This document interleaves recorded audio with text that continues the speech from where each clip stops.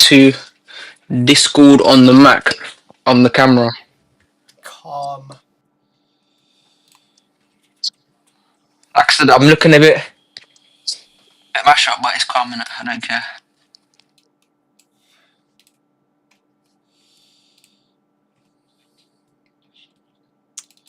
No, that's cool. It'll be fine.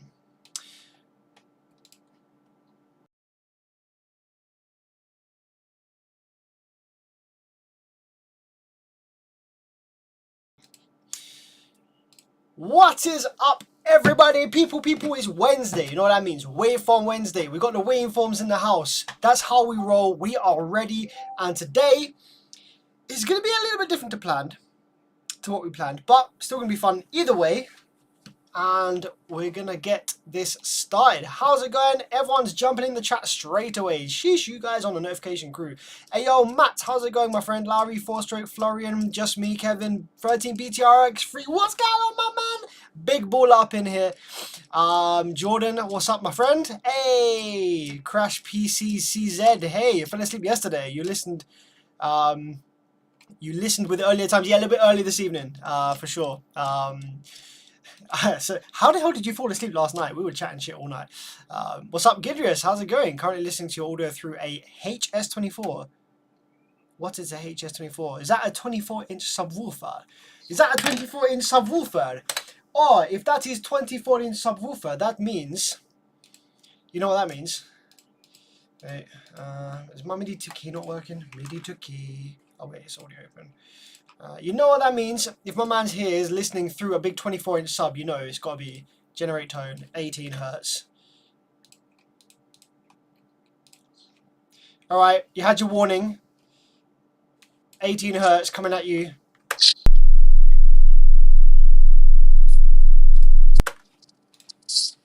There you go. How's about that? What's going on, Rob? What's going on, Big Stone? What's going on, Florian?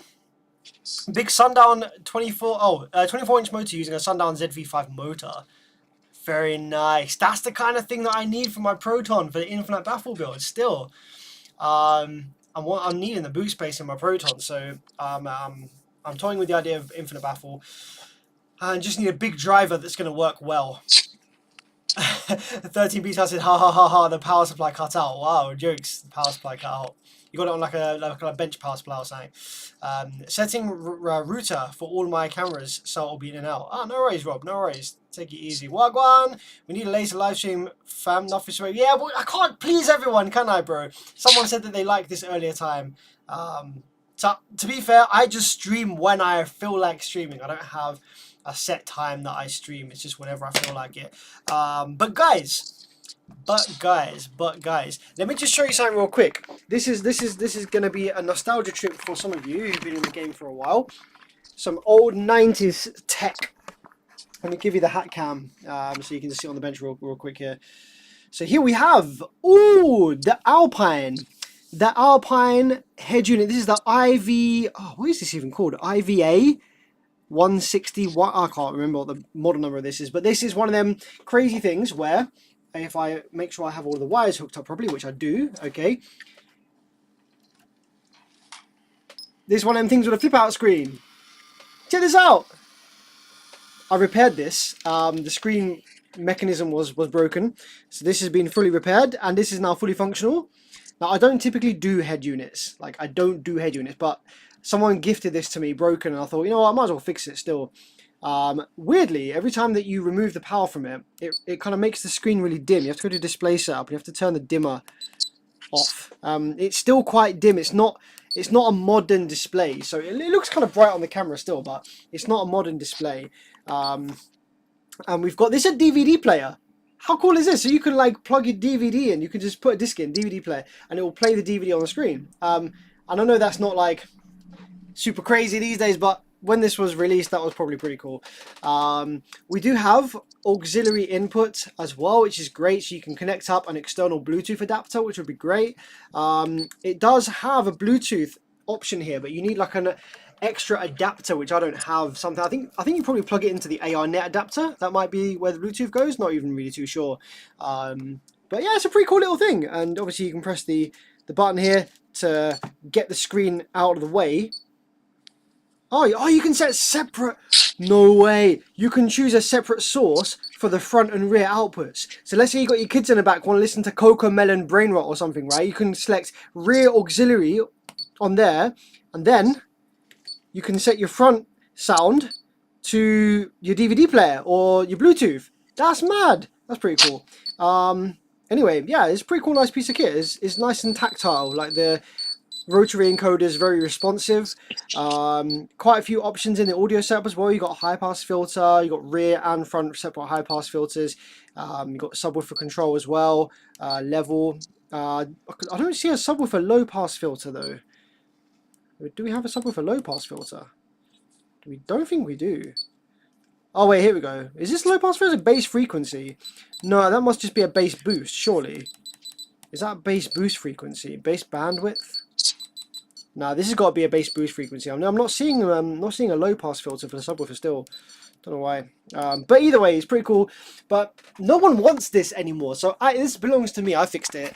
But nobody wants these anymore because they're not like, you know, your modern Android Auto, and they don't have Bluetooth built in and stuff. It's just a CD DVD player with a good FM radio, probably quite a good amplifier in there. Sounds quite nice. A few features and stuff. DVD player. So nobody wants that. So I can't sell it, even though it's just £400 brand new and it's fully functional. I doubt I'll get like 40 quid for it. So, but yeah, I just thought that was pretty cool. I do actually have two of these. I've got a second one over here. You can just about see on the shot. But this one does have some issues. The screen flickers and it kind of turns off and stuff. So I got on board to fix that. But I just thought this was pretty cool to show you guys some Alpine flip out screen Ruby history, which is pretty cool. With it. I mean, how much R&D do you need to make a mechanism like that? Like, how many hours did it take to make that intricate cog flipping mechanism? Like, and when they made this, you didn't have CAD. Well, you did have CAD, but you didn't have it quite to the same level as you have these days. You didn't have 3D printing. There was a lot of stuff that you didn't have. So, like, that would have taken a lot of trial and error and some brains and some planning to make a mechanism like that function reliably. So, fair play to Alpine.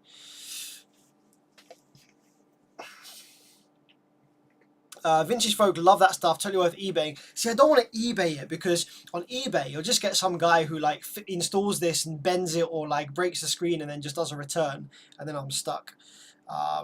So unfortunately, I would just rather Facebook Marketplace or someone that I know in the audio scene or whatever. Maybe there's some Facebook groups that are like retro audio, but you have to remember car audio isn't really that popular here in the UK, not like it is in the States. Like in the States there's lots of collectors of old school audio, but you don't really get that in the UK so much. Like people that want car audio in the UK, it's generally a spontaneous on the moment thing. They want a loud build all of a sudden, they get a loud build, they have it for 2 weeks, and then they sell the car, or they sell the build, or they break the build. Like, I don't know, it's just car audio in the UK just not really got the same. I mean, obviously there are people with the same passion and stuff, but it's just not as much of a popular thing. So there isn't really a market for this stuff. I mean, there'll be maybe someone that maybe wants to buy it, but... Oh, here we go. 13BTRX sent me this photo of the current situation. Nice. Do you mind if I show this on stream? Do you mind if I show this one? Oh, we've got Hacko. Well, let's have a little inspection of 13BTR X3's setup here. Let's have a look. So we've got some weird British guy on the TV. We've got the nice 24. That doesn't look like a 24 in the photo, does it actually? Why does that not look like a 24? That looks really small. What reference have we got here for size? Paros PW 8K, is that? Yeah, just the photo doesn't make it look that big. I can't tell what speakers these are, but they got, what is that? Titanium tweeters, maybe? Beryllium tweeters? We've got a Hacko soldering station there. An U1? What brand is that scope? Can't quite make it out. We've got the bench. That's the bench power supply that cut out when I played 18 Hz probably. Got the Paros PW8K, very nice, love that. Nice bit of soldering tings up in here. The cheeky magnifier for doing the soldering, very nice. The motorbike clock. This brings me back. When I was a kid, I had a bedside alarm clock that looked kind of similar to this, but my one was more of a sports bike and it was more plasticky and a bit bigger. So it was like this, a motorbike with big wheels, and it had a clock in the middle, and it was an alarm clock, right? So you set the alarm time on this alarm clock, and the alarm sound was the motorbike engine starting, revving up, and then some guy says, "Hit the road," and then the motorbike like floors it. I tell you right, that might be cool and all, but not at fucking 6 a.m. when you're like 6 years old and you're like, okay, I wasn't getting up at 6 a.m., but still, like, I don't know, half seven, half seven, 8 a.m. when you're like asleep, and that goes off next to your bed when you're like 5, 6 years old. I had multiple heart attacks, like freaking scared the life out of me still. I used to hate the sound of that alarm clock. I used to like it. I love the clock, man. I love the alarm clock. It's cool. It looked great. Like, I love the whole fact that it was a motorbike and you had to push the seat down to turn the alarm on and off. That was cool. But my God, did that thing was loud and scared the absolute pants off me as a kid. So I never used it as an alarm because I was like, fuck, I ain't waking up to that shit. It's like, literally you're sleeping, like, you're just like, oh yeah. And all of a sudden you go, hit the road! Mom! What's going on? Absolutely terrifying as a kid. Never used the alarm on that. But no, nice bench setup. I love the sub, love the amp, wicked stuff. So let's get this old ass head unit off the bench. And now, today, if you were with me on yesterday's live stream, oh shit, we were supposed to be today looking at doing some modifications to the Bass Face 5K. Unfortunately, it still hasn't been delivered, so I can't do that. It's either going to be delivered tomorrow or Friday. Depending on the courier, so kind of annoying, but it's fine. What I thought we'd do today is we'd look at a mains powered amplifier that I've had for a while that was actually given to me by Sinewave02, who has very kindly joined me on the last few live streams. Awesome guy here in the UK, has a big TikTok account, has a really cool YouTube channel, is doing some stuff. So we're just going to put this to one side, this head unit. I don't want to break it, so...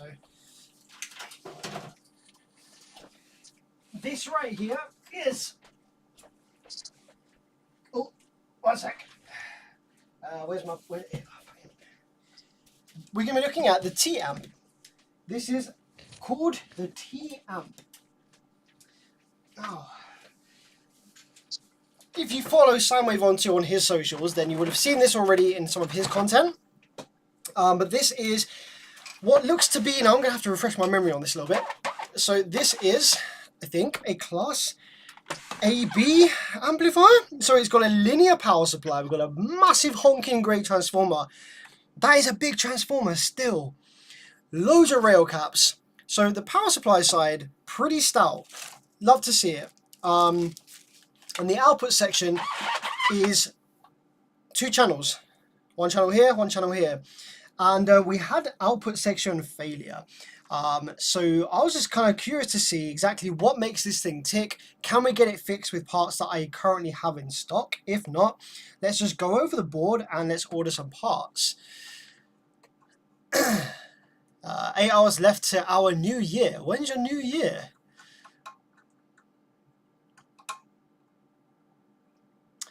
New year? 20th of March? Cool. So we had an output section failure on this, and I did identify some parts that needed fixing, but that was a long time ago. So we're gonna go ahead and jump into this. And Mr. Sinewave02, are you about? Do you want to tell us? Yes, I am here. Nice, excellent stuff. Do you want to give us a little overview? Do you want to go on cam, or are you just cool with the voice? No, I can go on camera. All right, nice, sharp. All right, let's jump you in on here real quick. Let's just put you there, and let's make you a little bigger. Let me just get rid of. Hang on a sec. Make this full screen. Nice. And then Let me know if I need to change up the exposure as well. Yeah, and I'll let you know. No, it looks fine just now how it is.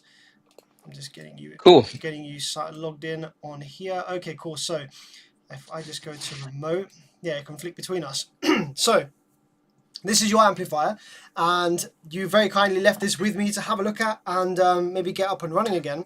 So Yeah. what happened when this failed? What were you doing when this broke? And what were your thoughts and feelings about it when it was working? Just give us a bit of a, because I don't know anything about this amplifier. So it's a Class H. It's a German Oh. company, T-Amp. And when it blew, I was clipping it to bits, playing low frequencies. The song it went on was "Bass I Love You." I Ha! think one of the guys has a video, but as it went in to protect, but it blew up as it came back out of it. If you get what I mean. So yeah, Okay. it made a big spark inside, and yeah, that was it. That was the end of it. I wonder how many amplifiers and subwoofers have died to Bass I Love You. Bassotronics, if you're watching this, you owe so many people so much money for equipment that has died from Bass I Love You. No, I'm joking. Yes, obviously on No, but whoever's to creating it. to their credit, it does say on it that you're not really supposed to play lows on that amp. Does it really? Yeah, it says it's got a low frequency cutoff on it. Does it mean that? Do you mean that it just has a fixed high pass filter? Yeah, no, like it will. I don't know if I could be speaking rubbish, but the last time I remembered, it will go into protect if you try to play it too low of a frequency. Really? Yeah. Huh. I might have to test that theory. That's weird. Okay, fair play. But while it was working, what were your impressions of it? Did it feel like it had some nice guts behind it? Like how much power is this rated for? Do you know what? It was a good amp. I'm not gonna lie. It was for the price. It was a good amp. It there was a revision on it, so I think it was the E1500. Its old rating was I think it was 1430 watt per channel and about 2800 watt bridged at 8 ohms. But then Okay. the new manuals come out and they nerfed all of the ratings now. So I think it does only like 12 or 1300 watt a channel, and it's like 20. I'll need to get it up. Let me get it up. Let's get it up behind Okay. you. So it's actually a little bit more powerful than my Crown Macrotechs. I think that a lot of It's not bad at all. yeah, I think a lot of people kind of a lot of people absolutely love those old Crown Macrotechs. I get it, I get it. Like at the time they were powerhouses, but like they're old now. Stuff's come a Yeah. long way. Here we go. Here we go. You can get So, you can get power for a lot less. so I remember the old ratings. Yeah. So I don't think nothing's changed on the assembly line. Nothing's changed, as far as I'm aware. My old one, the one you've got there, it was rated 1430 per channel, and it was around 2800 watt bridge. Now it's only rated 1220 watt per channel, and 2440 watt per channel. Bridge, sorry, at 8 ohm. Right. So they've nerfed the ratings. Do you think they've changed anything on the board, or they've just like derated it on paper? I honestly think they've just changed it on the manuals, bro. Right. Okay. What? Let's have a quick look at what people are saying in the live chat about this. Yeah, I need to catch up as well. Those SMPS based TAMs are often somewhat subpar. Goes into protect at a certain volume under 15 hertz. Really? Yep. Florida man, how's it going, my man? Scared the living crap out of me because it was just out of warranty. Oh crap! So when it went into protect, you're like, yeah, what? Might help to upgrade the caps. Yeah, weird. Don't know. I've used I the need to find a original. way. I've used the original E1500s for subs in clubs all over. Decent for throwaway amp in terms of PA prices. What sort of money are we talking about? Like, I don't know. I don't even know what a good price for a PA amplifier brand new is. I'm not in the industry for PA stuff, These so. are £239 brand new from T-Amp. Oh, still, that's very cheap. Yeah, 230 £230 for and it's free delivery to 2,000 the watts. UK Yeah, and free delivery for to the UK 2,000 from watts Birmingham. RMS, like to get an actual 2K at that price point brand new, that is actually very impressive. If I was to sell my Crown Macrotechs, they're about 2,000 watts RMS. I could get 400 each. Just because people are like, Crown Macrotech, you know? Yes, I get the Crowns will be able to play 5 hertz at 2K and not care about it and not going to protect. I know. But as something that's just going to be able to play music in a club at a given power level. That's very cheap for a brand new amp. But Yeah, when that it worked, it sounded really good. I can't lie. It had a yeah, nice, yeah. Well, yeah. If it's yeah, class, if it's class H, you say. So yeah, okay. Let's have a quick look at the let's have a quick look at the circuit then, because I did have a look at this previously. I think it was when you was actually around on mine, and we had a look yeah. at it maybe. So we obviously we have one board here which I've taken out already. And removed some parts from. So let's just have a quick look, and we have one part which is fully intact that I haven't touched yet, which is great. So I can get some measurements from and some parts from. We've got IRF 1407s, which I've obviously removed from somewhere. Looks like over here. So we've got some IRF 1407s. Those could be the rail switch MOSFETs, perhaps. I have to bring up data sheet. I've not actually used 1407s before. I'm very familiar with the IRF 1405s. They're used in car amplifier power supply sections. But I think they're only, I don't know, maybe like, I can't remember if they're 55 or 60 volt parts or something like that. So maybe the 07s are higher voltage. We'll have a look. So let's put those down to one side for a minute. So we've got 4 transistors on each side. And this is going to be one channel, okay? We have some MOSFETs, which are the 1407s. One there, sorry, 2 over this side, and another 2 over this side. Then we have a transistor here, MJE 15033. That's actually the same transistors that are used in the Camco Vortex 6 amplifiers, which I've actually been repairing a lot of recently. And those are also How class cool is it? H. How cool is it that you can repair it modular like that? I really do like that. That is cool, yeah. Honestly, to be able to just pull the whole bloody channel out like this and make a repair out of the, away from a main board is actually great. Like, one of the things I hate about repairing the Camco Vortexes is it's one massive board and it's just like so big on the bench and just, yeah, it's just kind of annoying.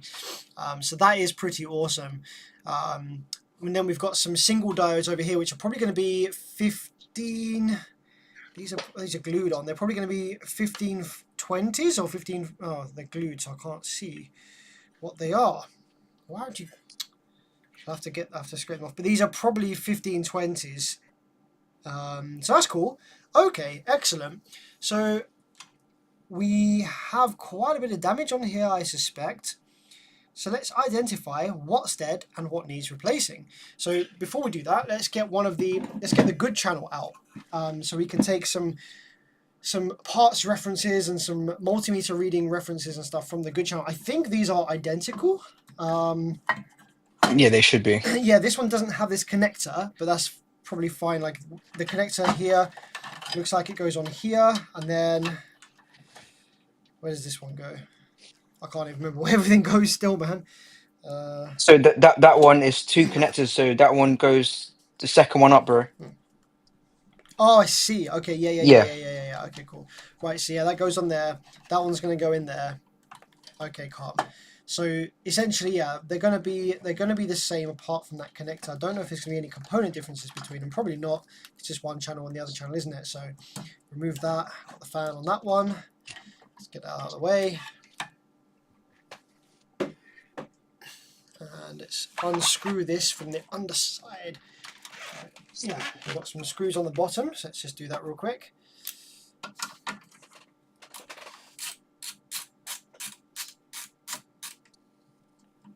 I'm trying to figure out a way that I can see the stream, but also look at the camera at the same time, and I'm finding it hard.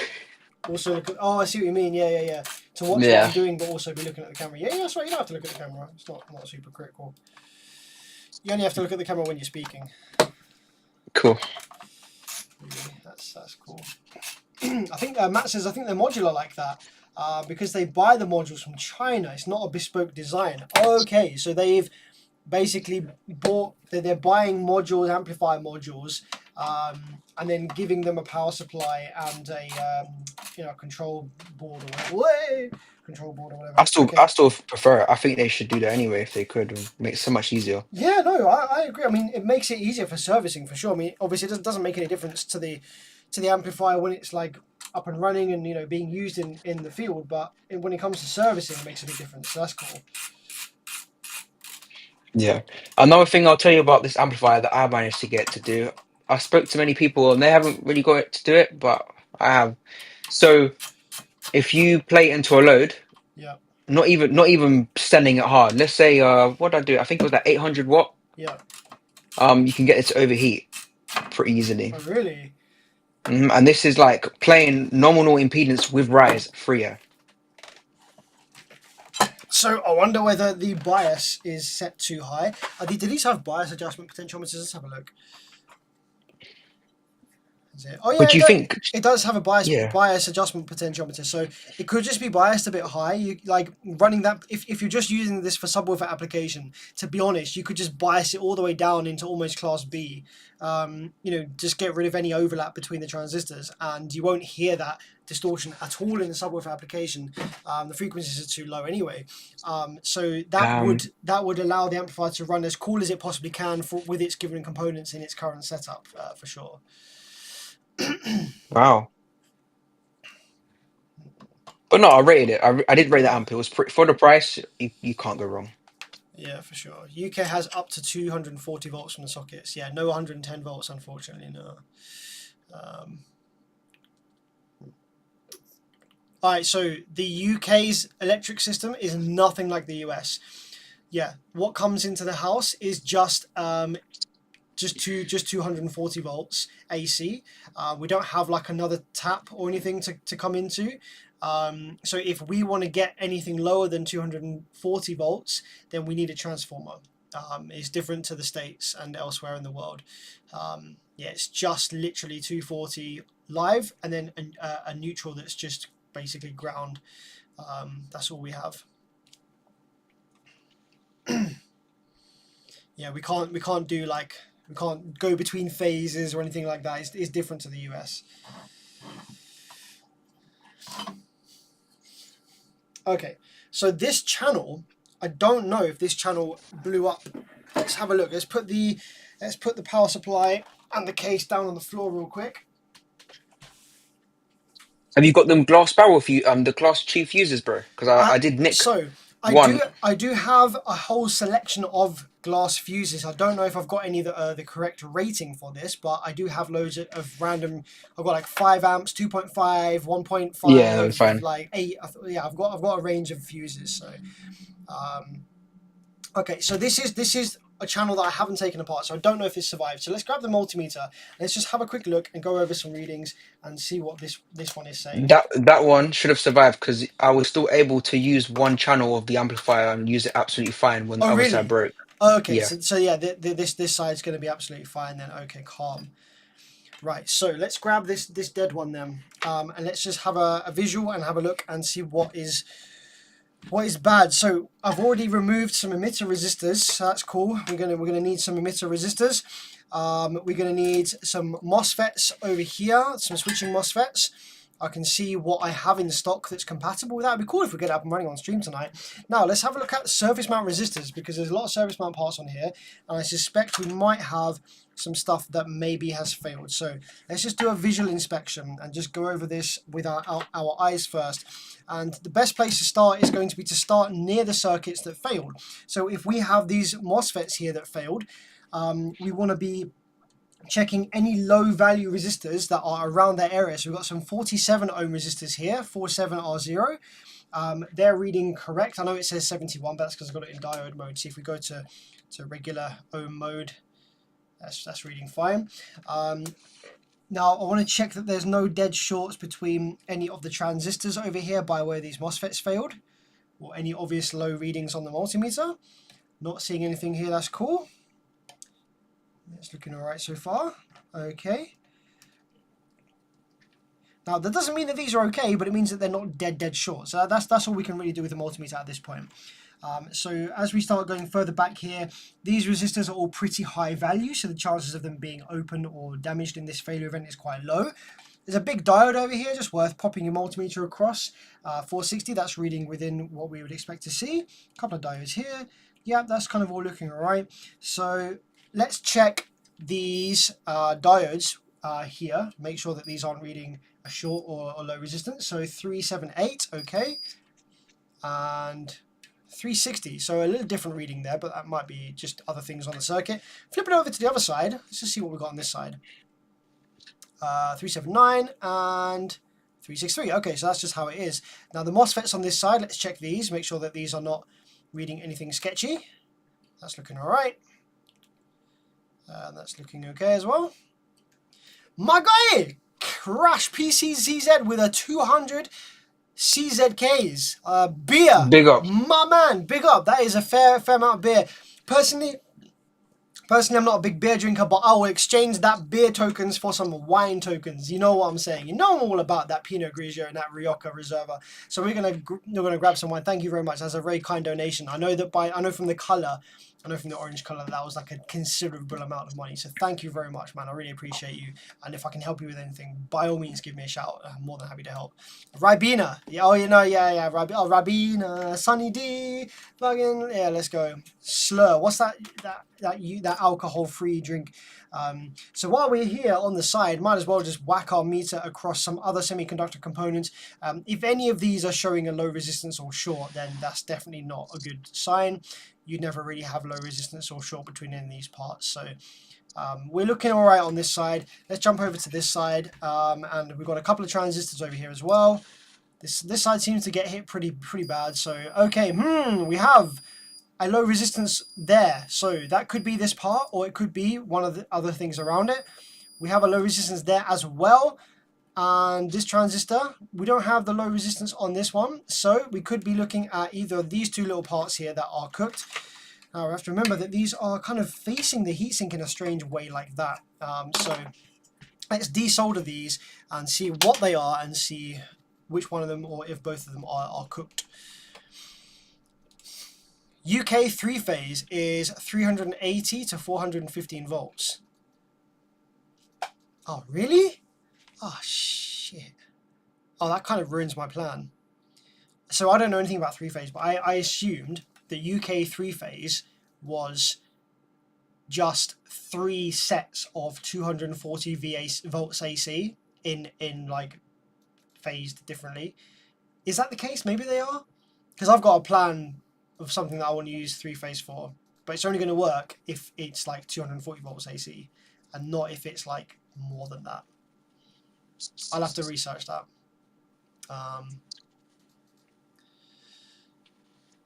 Yeah, no resident probably gets a 3-phase.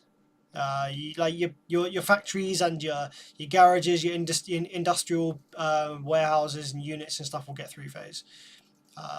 3 times 230. So I'll check. Oh, the 400 spec is line to line, which is 230 volt line to neutral. Okay, sick. That's going to work fine then. That's good to know. Well, either way, I'll check it before I do my project. But I've got a project that involves a Taramps 160,000 watt high voltage amp and 3-phase. So, yeah, I definitely don't want to be making any mistakes on that project. Yeah, definitely not. So let's just get these parts out here. Now, the transistors that this is going to be using are most likely, because this is coming from China, are most likely going to be a little tricky to get hold of in the UK. So I do have all kinds of various transistors and MOSFETs and bits and pieces in stock. So I'm sure that we can rebuild this with bits and pieces that I've got already here.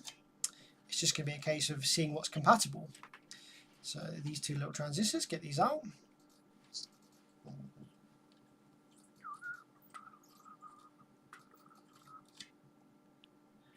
Yes, I have a video for you in that one. The thing is, I need something to power with it. So obviously it's quite obvious that my plan is to rectify the 3 phases into DC and then parallel them after rectification, buffer them a bit with some caps and stuff, and then feed them to the Taramps HV160K to give it its 350 volt rail that it needs. And then that amplifier will basically be as powerful as the 3-phase can supply to the building, because it's 160,000 watts is more than the 3-phase can supply. I think it's like 800 amps that it's going to draw. So damn. Yeah, 800 amps at 240 volts or whatever it is. That's some next. Yeah. Anyway, but obviously that amplifier, I'm going to need to play it into something substantial. Otherwise, what's the point? There's no point just free airing a 12 or like, you know, so I can hook it up to my van. My van has two DDZ415s in a 6th order wall, and it's not a burp build, it's made for music, so it's a 6th order and it's tuned pretty low with not very much port area. So my limitation in the van is actually mechanical excursion is my limitation. So the only way that I'd be able to really put big power into those subs would be at high frequency, like 60 hertz or something, which is not very fun. But on the lower frequencies, I am mechanically excursion limited already, even just on the 10k amp that's in there. So maybe I can ring around a few mates and see if anyone in the UK wants to drive up to me and to see what their system can do with basically unlimited amplifier power. So I That's can such make a some sick. That's a good idea. I can make some inquiries and just see if anyone's got a really big build where the subwoofer setup lends itself to wanting like tens and tens of thousands of watts, and then we can use that to throw some big power in. Obviously, it's going to be them on the gain dial. I don't want to take responsibility for blowing any guys' subs and have to be paying for new subs. You know what I'm saying? So it's going to have to be No, agreed 100. that it's at their own risk. But if they want to play around with basically unlimited power, then the option's there, and it would make a really cool video still. Could get Armajit's vibe sub finally moving. Oh, what the one in Donnell's video, the one that doesn't want to move. Yeah, that sub's crazy. Bevids, for your 3-phase direct rectification idea, you'll get like 560 to 570 volts DC. More annoyingly, the common mode of that is riding on the mains, so nothing will be safe to touch. Let's think about this for a minute. So, if we have 3 phases coming in, and we have phase 1, phase 2, phase 3, and a neutral, okay, then if we rectify each phase separately, so if each phase is 240 volts AC, and we rectify just one of those phases, we get about 350 volts DC, and we obviously the neutral becomes the neutral is so what we're doing is that single phase. What we give to the full bridge rectifier is the single phase on one of the AC inputs to the full bridge rectifier, and then neutral on the other input to the full bridge rectifier. So the reference there is neutral for the AC input of the full bridge rectifier, and then the output of the full bridge rectifier is going to be a plus minus, isn't it? It's going to be a no, hang on, no. I'll be able to do it in a way that it just provides me with one single positive rail, DC rail at the end of the full bridge rectifier. So the ground reference for that DC rail should be the same potential as neutral, so that should be safe to touch. I can't see why that wouldn't be safe to touch. If you think about it, devices and like mains powered devices, they all pretty much rectify AC mains, and then use that for a switch mode power supply or something like that. So I can't see, that should work fine. And then obviously we're just doing that 3 times and putting them in parallel, so the voltage shouldn't rise. It should just be more current behind it. The neutral paths won't do anything. The current will go line to line. How many resistors do you reckon we're going to need if you wanted to do resistive loads on it? Man, I don't know, like 50? I don't know. Fuck knows. Now, to be fair, I've got 14k on one resistor. Oh, really? All right. Well, let's take that as a limit. Well, like 160 divided by 14. So we're gonna need 11 resistors. How many resistors you got? I've got 8 at the moment. Okay. Yeah. So we need 11 resistors, but So 8. between me and you, Oh, no, hang on. between Well, you, the amplifier makes 160k at 0.25. So if we add another 8, that brings your entire resistive bank down to 0.25. So then that's 16 resistors, so that should eat up that power, surely.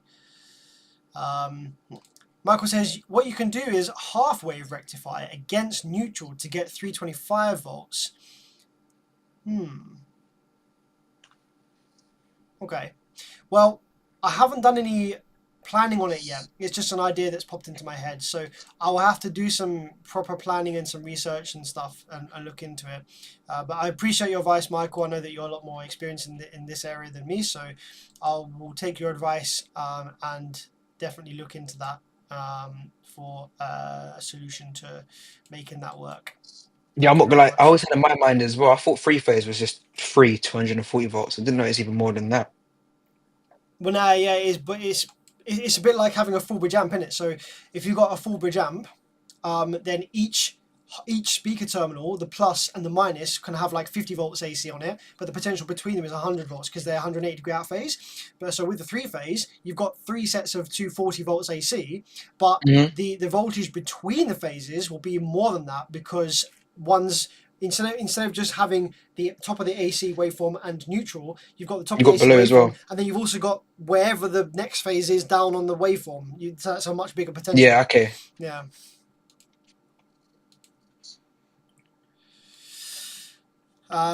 So, okay, what are these transistors? These are MJE3. Oh, I've got these. MJE350s. Are they both 350? Yeah, so these are transistors are both MJE350G. So I'm actually pretty sure I've got some of these. That's really convenient. Okay, cool. So let's just give these a test. I think did one of them die or did both of them die? That one's dead. Okay, both of them failed. So they can go in the bin still. And let's just start replacing some parts. Let's just start dropping parts in that we know that we have. So I'm just going to suck the solder from these holes and drop in some replacement 350s and just start building this thing back up and using the multimeter to take some readings and compare it to the good side until we get somewhere where all the readings are identical between these two, and then I'll be happy to plug it back into the mains and see what it does. Let's grab a solder sucker.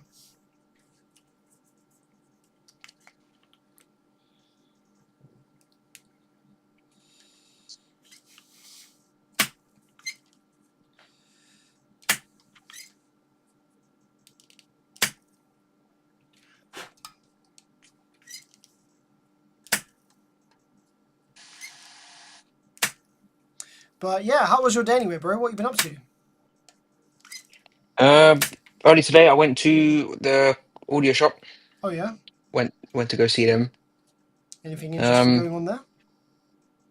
yeah, I'm just gonna say. I told you I'm planning on releasing my own lineup of audio equipment. Oh yeah, that's right. That's calm. That'd be sick. Yeah.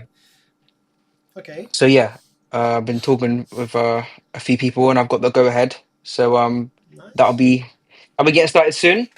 Some Sinewave02 subs, things like that. Maybe even amplifiers, mid ranges, things like that. What are you going to focus on And first? What's going to be the first thing that you like put your energy towards?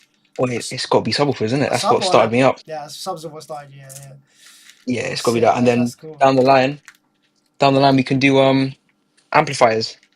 Hell yeah, I'll be down for that. Talking of amplifiers coming out, um, a company is I've got actually well, I've got a couple of companies sending me some new amplifiers that they've prototyped to have a look at.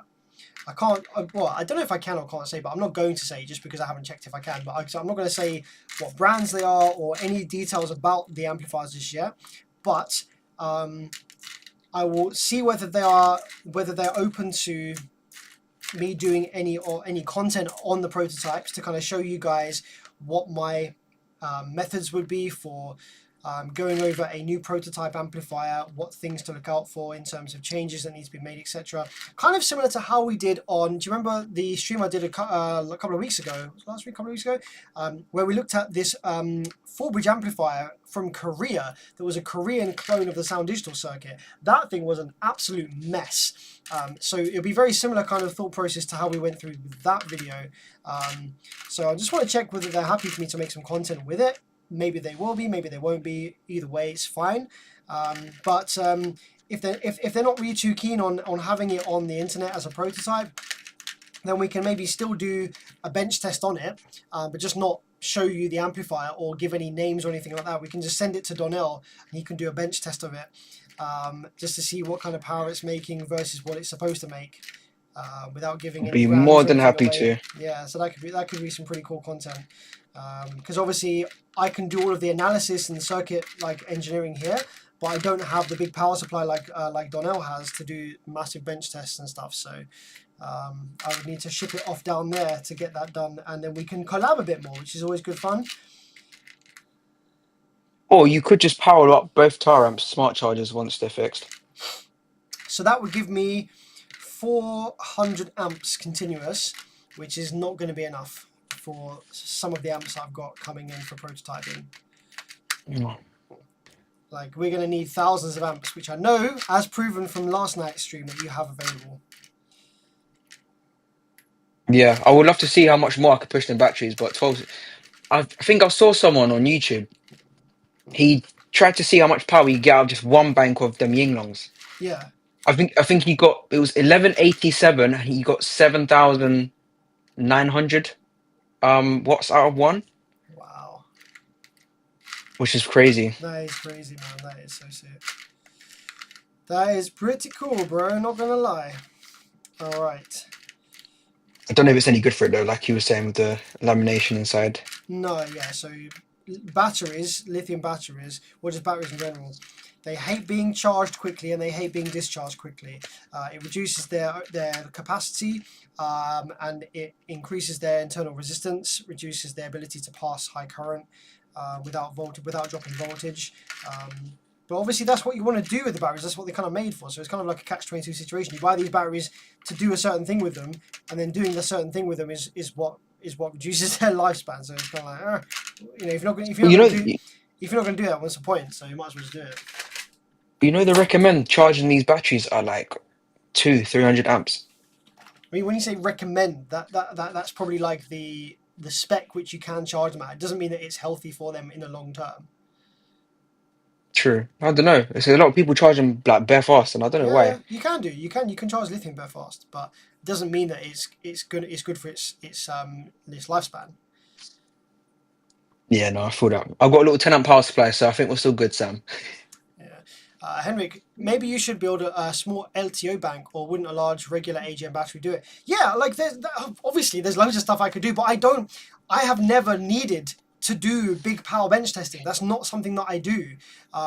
Like I've said this before, following amplifier repairs, especially Class D amplifier repairs, there are not any problems with an amplifier that will present themselves under heavy load that don't present themselves under idle or sine wave testing, or sort of like testing up to a couple of 100 watts. I think in my entire 6 to 7 or 8 years of repairing amplifiers, repairing like 15 amplifiers a week, I think I've seen 2 occasions where there was in fact a fault that presented itself at like relatively high output that just didn't present itself at idle. Apart from that, that's not the case. So I never high power bench test amplifiers following repair. It's unnecessary. It stresses the components unnecessarily. Resistive load testing is very stressful for the amplifier. It's expensive in terms of energy and power to do that, like every time I fix an amp for every amplifier, especially some of the big ones. To have a setup that can dump that amount of current into an amplifier indoors is bulky. I'm in a really small room here. It's bulky. It's Yeah, expensive to it set takes a lot up. of space. And so if I was going to do that, if I was going to, if people wanted that, I would happily offer that as a service. After your amp has been repaired, I can bench test to see how much power it makes. That's fine. But that's going to be an additional charge on your repair bill, and it's going to make no difference. Like, it's not going to show up any issues that maybe would be there. So I guarantee people aren't going to want to pay the extra. They'd rather have a cheaper repair than just me bench test it for no reason. That's why I don't. But if I did want to go and start doing bench testing, then yeah, of course I can hook up a lithium bank. I can do AGM batteries, all sorts of things I can do. But it's quite expensive. Like, lithium banks to do that much power, like 10k amps, are going to be like in the thousands of pounds region, which I don't have the money to spend on that for no reason. I'm not going to make that money back anyway, so there's kind of no point. And read this comment, bro. Yinglongs are very reliable for long term had hard use if you have new cells. What cells do you have and how many banks? So I've got 5 banks. I'm only using 2. I'm not really sure with the grade A, grade B stuff. I don't know how to trust it because you don't really know where it's come from. Yeah. but I've got 40 amp hour ones because apparently the 45s are not as good. I don't know how true that is, but based on the testing I've done so far, it seems to be holding all right. To be honest. Yeah, I mean, definitely they're doing well based on the live streams that we've done, the videos and tests and stuff that we've done. They're definitely holding us together really nicely. Yeah, So no, I do push them hard. To be yeah, fair, like of course, yeah.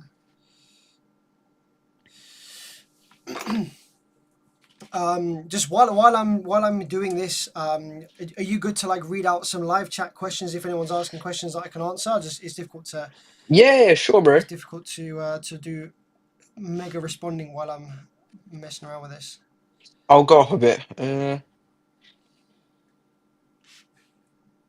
So I'll go back to the free phase questions. Someone said, I think you're legally not even allowed to put such big loads on power grids without correction. At least it's like that for us in Germany. Without power factor correction, yeah, that is true. I don't know what the power factor of just an amplifier section would be. I don't really, main stuff isn't really my forte, so I don't really know what, like, if I just had a Class D amplifier section hooked up to the three phase rectified, what would the power factor be of playing, tones, frequencies on that? I don't really know. Yeah, but I think I was doing some research about this a while ago. So obviously you get, some people get charged for apparent, some people get charged for, what's the two ones? There's apparent and then there's, what's the other one? Actual resistive? Don't know. Someone the thing can say. But I think industrial places, if they don't have like PFC, they get charged for their excess as well, as far as I'm aware. So I don't think it's illegal. I think you just get charged for Right. what Okay. entered the building as a whole. Okay. Yeah, I can Let's see. have a look. Let's have a look at this. There exists a capacitor in the same format. What's going on with this? There exists a capacitor in the same format as the LTO cells. Add the same amount of these in parallel with LTO banks and allowed huge discharge currents. It's like 110 euros for three pieces. I'll need to look into that. Yeah, I think that's what I've got. I think I've got Yeah, two banks of those ultra capacitors. They're wrapped in yeah. Duracell battery wraps. They look pretty jokes. I think that's what I've got. And from 3 volt, 3000. Is that Yeah, 30, yeah, yeah, 3000 yeah, farad? yeah. That's right. So I've got that, and obviously when you series six of them together, that farad rating drops. I think it works out about 550 farads per bank, which is still decent.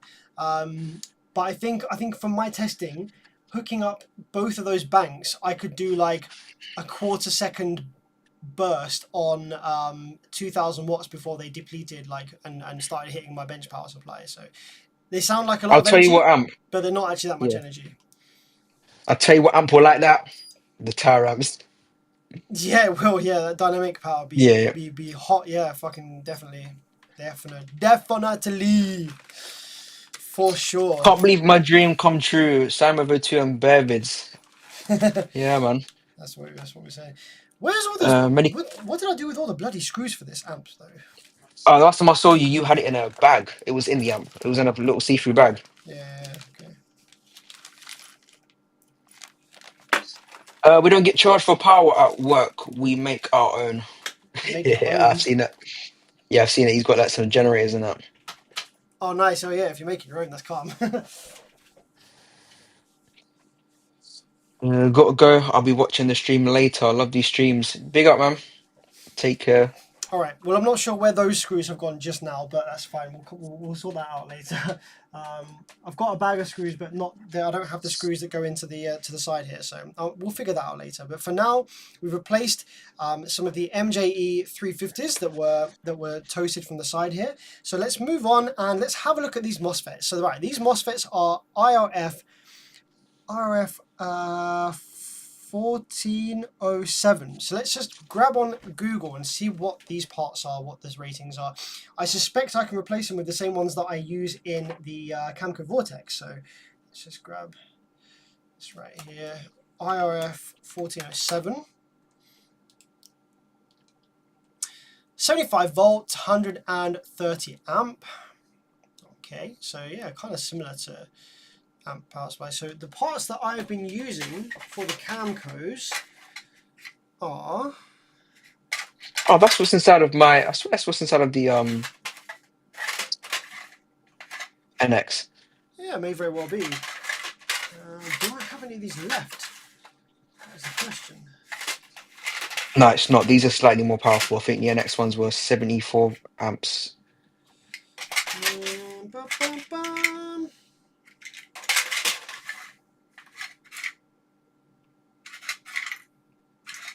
I may have used them, but they're 1010s. Wow, what was the prefix?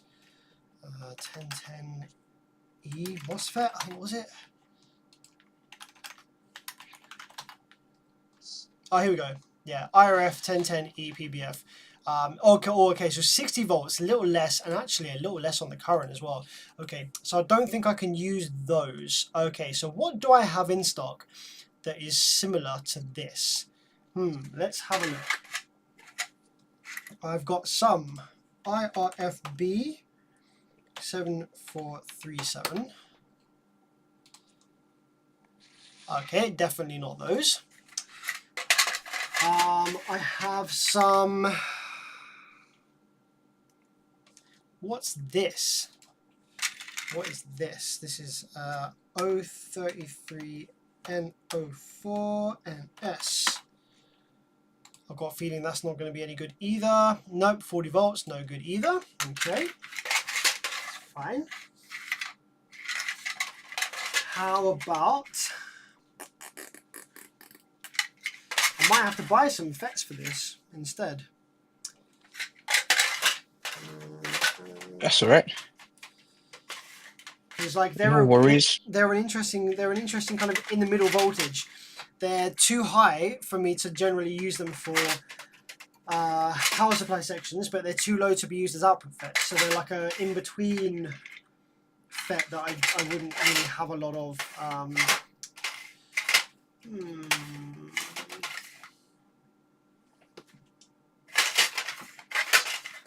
Yo, yo, yo. Yeah, one of the Maxwell cells has a short circuit current of over 2,000 amps, but one 500 farad bank is only equivalent to about 5 amp hours.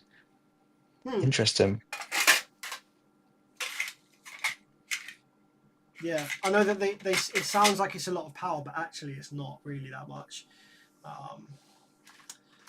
So yeah, annoying. Okay, RF 1407s. I'm going to have to grab some of those still. Because everything else I've got is either a slightly too low voltage or not quite enough current. Alright, well, how much are we looking at for those? Straight up, how's it going, my man? Loft mission. Now, I don't think I'm going to find anything in the loft either, because any car amp is going to have lower voltage power supply FETs or higher voltage outputs. We're not really going to get anything like 75 volts with that much current, I don't think. Like 1405s is the closest I can see. The other parts that I'm going to maybe have laying around is IRFB 3077. But I think they're lower voltage. What are they? Oh, hang on a minute. 75 volt, 100. I might have some 3077 still. Hang on a minute. What is the differences here? They're a little bit lower on the current side, but I doubt there's going to be an issue. Like, all they're doing is they're just transferring the rail through, and that's quite a lot of current. 120, 130. I'm sure that would be fine. So we have the RDS 2.8 or 3.3. So I may sound silly here, but they died because the transistors died, didn't Yes, I almost guarantee you that the transistors died first, and then the short circuit Yeah, transistor so I overloaded don't the think you FET. need. Yeah, I don't think you need to go too ham then on the No, rectifiers then. on the FETs, I doubt it. What are the 1405s? IRF 1405. That's gonna be lower voltage, isn't it? I'm sure. Yeah, 55. So I'm gonna need 3077. So I do probably have some somewhere in here. Let me just have a look. I've got 3306s as well. My amp has some 7437s. Thankfully, they're quite cheap. Yeah, they're really cheap. Those are. They're quite powerful, cheap FETs. They don't like sudden impulses though. IRFB. They're not rugged. They are powerful, but they're not rugged. If that makes sense. 60 volts. Okay, I've got some 60 volt ones. I wonder if that'd be enough. I wonder what the rails are in here. I wouldn't want to go down on the voltage though, really. 75 volt. So let's look for some 3077s on the bench. You might want to look into some skip cells. I think I've got some sodium cells on the way to try out. Have you? Yeah, Mike says he's gonna send me some sodium Oh wow, that's pretty cool. banks to see if they're any good. 006. I don't want to bring a chemistry into my house that is that Volatile. can yeah, that's volatile, that can set on fire, Yeah. because I had some of them U charge batteries and they had 388 18650s in them, and if that went, that's a big issue. Nah, Yeah, man, that's not what you want. That's not cool. Now and obviously, yeah, yeah, the LTOs will be fine. Like they're not gonna have any issues. yeah. The issue I had with that as well. Don't get it twisted. Yeah, the capacity on that U charge brilliant, 140 amp hours in that rectangular box, Yeah. but I need it more than 14.7 volts in order to really benefit from it, and I couldn't charge the LTO with that at the same time. Yeah. No, I feel you. So I just let go of it, and I thought I'll just go straight lithium, like titanate. Yeah. Yeah. No, I hear you on that. I don't like the idea of having lithium batteries in the workshop in the house. Anyway, just yeah, I don't know. Even if the chemistry is safe, just there's so much current there that if something shorted while I wasn't here, the current dumping into something could create a fire. Yeah, Obviously you can be careful with it. You can disconnect everything or whatever. But I don't know. Still, I don't know if I trust myself. no, I was scared with the that type of lithium. But I want to ask as well in the chat. So I'm seeing some of these other. I don't know if it's Skip or C-Max. What are these compression kits I'm seeing? It's like these batteries are squeezed together like these big bolts. Like, is it adding pressure to the batteries? What's it doing? Have you seen it, Sam? No, I don't think I have. So like they're like green, like little rectangle pouches, yeah, but they have like these mad bolts that go through it and it squeezes them together. Rare. I Don't don't know. think I've seen that. Yeah, I don't know why they do it, but I would like to know. I'm not seeing any 3077s. I'm sure I had like a few left over from previous repairs of Banders. Banders use the 3077s. They're really good. Here we go. Legend, Michael. So compression is required to prevent the cells from expanding when being cycled, which is required to get thousands of cycles out of them. Okay, Right. so yeah, I thought because I've seen them when they expand in the compression kits, they kind of blow out like outwards Yeah. because of the force. It's crazy. Yeah. Okay. Sad times. No 3077s in my gazillion power supply FET pot here. What about in this one? I've got some 7437s. What are these?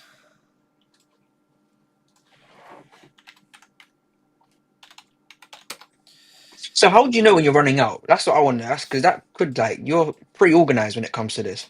No, actually, if I've got an amp in that needs a repair and I haven't got parts, I'll just order new parts, which I can do for this. But obviously, I want to try and repair it on the stream. So, but the reason I don't have parts that will work for this very readily is because it's an unusual voltage and current requirement that most car amps don't usually require. So that's why I don't really have anything kicking around. I'm trying to think if there's any amps in the loft that have 3077s. Like, not really. I think we might have. I don't know if it's my thing. I might have frozen, bro. Both of us. Oh, yeah. Hang on. My main camera has frozen. That's fine. Just unplug that. Plug that back in. There we go. But LTO pretty safe. Can just keep adding more in parallel. I charge each cell individually from a DC to DC or main switching power supplies. Just have to be the ones with current control. Yeah. No, I do like LTO. It's great for what I'm doing because I don't have to worry about that going wrong. Yeah. Yeah, IRFB circuit cells are better. 428. I'm going to find a data sheet on these. IRFB 428. I'm not going to be able to find a data sheet on these. IRFB 428. These are some like Brazil specials or like something. There's something weird. There's no data sheet on them. So I don't know if I'm going to be able to find out what voltage they are or anything.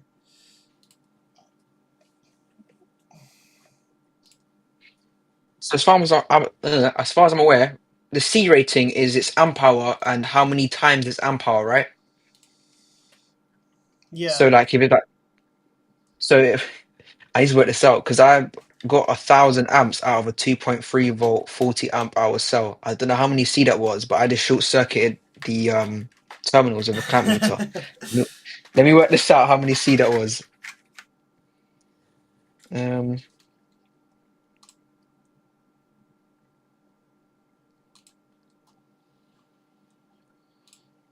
I don't know, the math might be might not be mathing today for me. Calculator.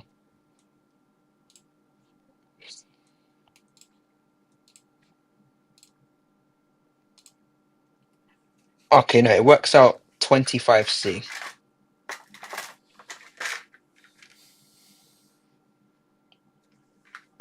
It's still more than its 15C rating. Yeah, okay, so I'm going to have to order some parts. Unless I happen to have something that is 100 volt rated, that it is high enough current, but I doubt it. Like, I've got some, all the 100 volt parts, FETs that I've got are all lower current, so. No drama llama, we can order some parts. Let's have a look. RF 1407, see what these are. Yeah, circular cells are better for cooling and don't need compression. They are square cells with their own enclosures, but they usually need compression for big charge and discharge. Yeah, I thought so.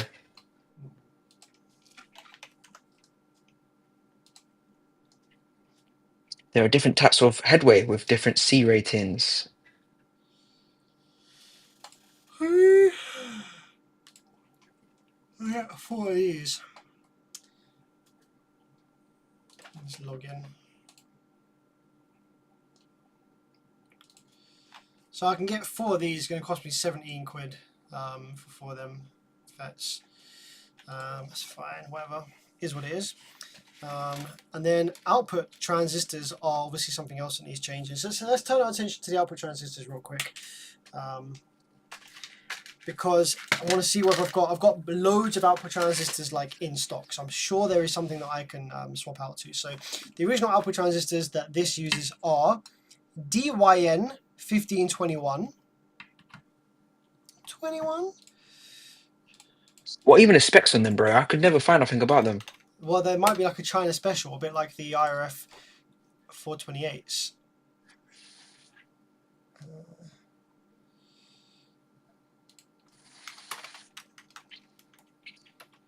No, I don't think so. They are stated the same, but 45 amp hour ones have tested to have a lower C rating than the 40 amps. Yeah, I thought so. There was some talks about the 40 amp hour being slightly better than the 45s, not in capacity, but for discharge. But it equates to about the same current, just more capacity. Well, I've got a feeling that that they're going to Right. be these things. Nope, they're not going to be these Hitachi. things. Nah, it's not this tiny. It's not going to be that. Yeah, damn. DYN 1521. I could never find them, bro. I'm not And gonna then lie the to you. DYP 1521. Unless you put them in your tester and try and get values and spec up Yeah, that well, way. we won't be able to get now. We won't be able to get any voltage or current readings from this really. We could guess. Okay, so obviously if we can get the rail voltage from the rail caps, then we can work out what kind of voltage transistors we need, and then go from there. I can just choose some really high current ones. Why don't you read the transformer? It tells you all the taps on it. Does it? Yeah. Well, the rail caps are 63 volt caps, so we've got plus minus, no more than plus minus like 60 volts. Yeah, the transformer should be labeled, tells you what's going on Transformer in that. is labeled. It says, oh man, yeah, it's labeled, but it's like not in a On the good side. position for Like, me to read. yeah, yeah. Right, brown 115, 115, 0 volts. Right, 37, 0, 37. 37, 0, 37, 37. Right, so do we just have... Surely we don't just have plus minus 37 volt rails. think, as far as I remember, I think it was like Oh no, hang on a 67 minute. volt No, yeah, rails. yeah, no. The transformer is going to be outputting 37-volt AC. So when you rectify that, it will turn into a higher voltage DC. But the I've measured 360 volt plus from the small black connector, more middle-ish. yeah, the transformer says 37037, and there's three separate secondaries with that.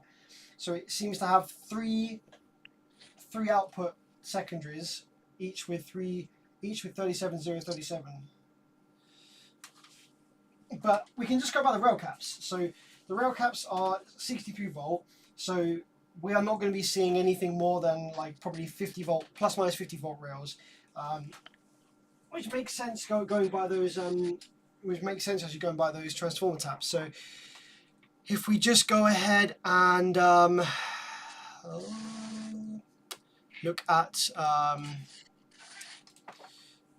AC rectified DC calc. Let me read some more questions for you, bro. Yeah, go Got for one it. from Henrik. Any plans for video update on the yellow car? Missing the vlog type videos. Yeah, I can do one of those. It's just those videos, they do terribly. Like, I'll get maybe like 900 views on that video. So, it's not good for the algorithm. Um,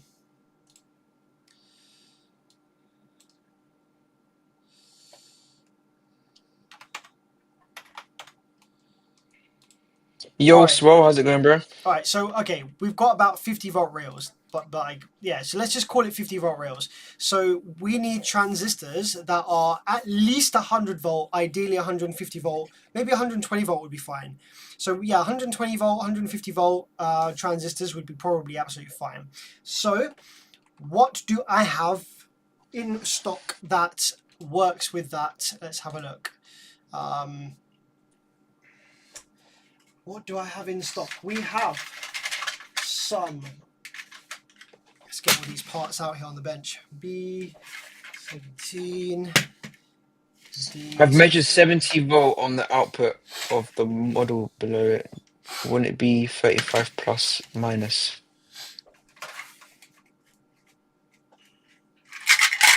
Wait, you got the E1200 and you still got pretty much the same rails then.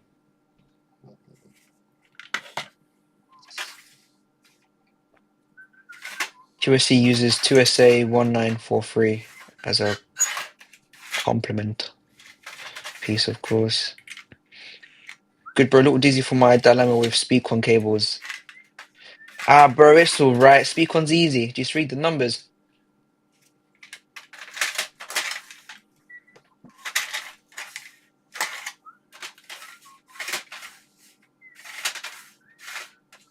Bro, Sam, you got bare transistors. Oh no, man, still. Alright, so we've got See, some. see, Sam's flexing with the transistors now. We can start an eBay shop. Right, so let me just look at these. We've got 2SA2151. Let's see, what's this? 2SA2151. Okay, this is going to be... Right, this is a 200-volt part. We have 15 amp. Okay, so that's fine. We could maybe go with that. Let's have a look at one of these ones. What's this? This is a 2SC5198. What we got here? We have 140 volts and we have 10 amp. Okay, cool. Collective power dissipation 100 watts. Okay, let's move on to one of these ones. TSD. Sinewave, what's the stuff behind you? So that is a in-phase power drive 15. 160 volt, 12 amp. Okay. Oh, collector pulse 15 amp. So, out of all the ones I've got here, technically the best ones in terms of current capability would be 2SA 2151 and 2SC 6011. 2SC 6011. So just I surely have more transistors in stock than Sam. They're just not nowhere as big. So just based on like collector current alone, the 2SC 6011 with the 2SA 2151 are like gonna be the most powerful, I guess. 15 amps collector current. Close to this is gonna be these ones, which are 140, 160 volts with 12 amps with 15 volt pulsed. In terms of their other specs, see, this is where my knowledge falls down, because I'm not super knowledgeable about Class AB, which essentially is what this is, even though it's Class H, Class AB repair or amplifier design and stuff. So I'm not really too sure what other specs I need to be looking at when I am deciding what ones would work best in this. Both these transistors are like designed and recommended and used in audio amplifiers, so they're both fine for audio use.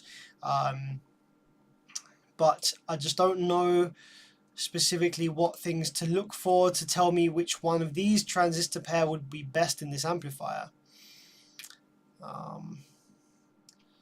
So the current gain bandwidth, DC current gain, anywhere between 60 and 200 on these. And on these ones, DC current gain is going to be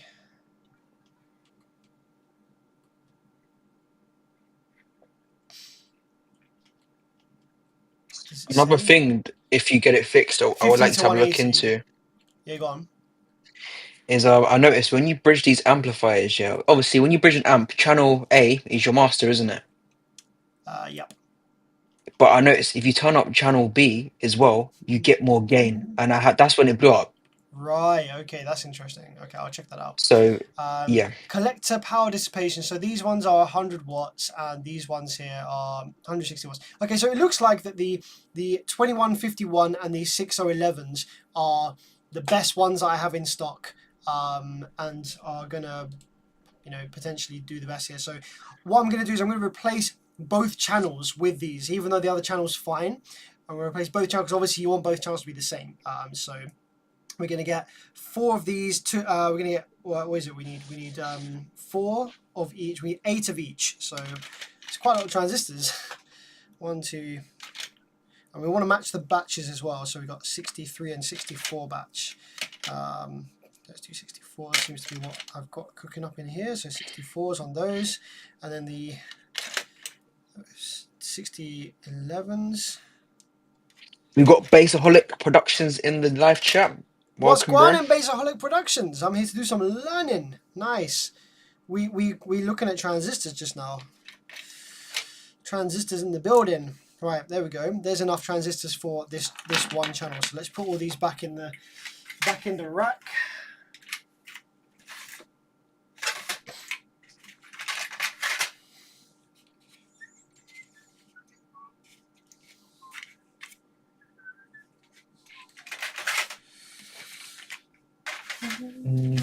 Nutrix connectors are expensive, but they're built better.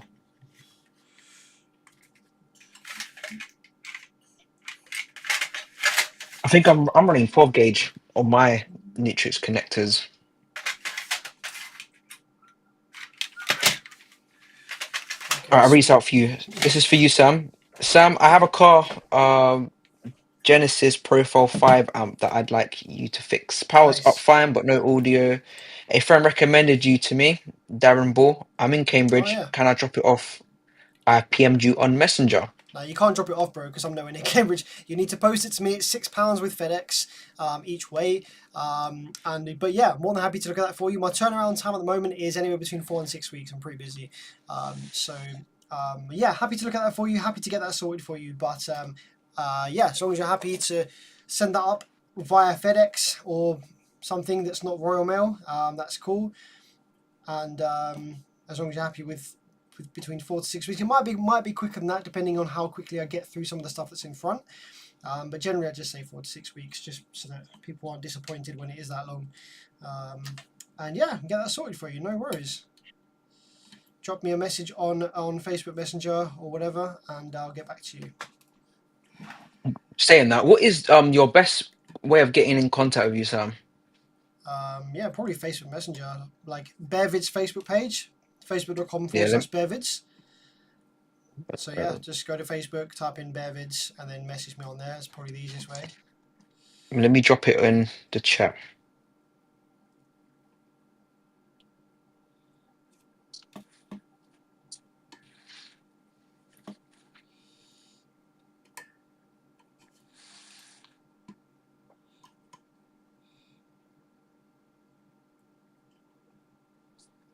Yeah, that's really cool. Actually, you reading the live chat while I'm doing this is actually so helpful because Yeah. I'm just trying to because drop your Facebook profile yeah, no, into I'm the just chat. yeah, no, I'm just saying because obviously we haven't really done that. I haven't done that before. I haven't had anyone do that before. Usually it's like I do a bit of repairing and then I'll stop and read the chat for a bit. Do a bit of repairing, stop and read the chat for a bit. It makes stuff take ages. It's all good, bro.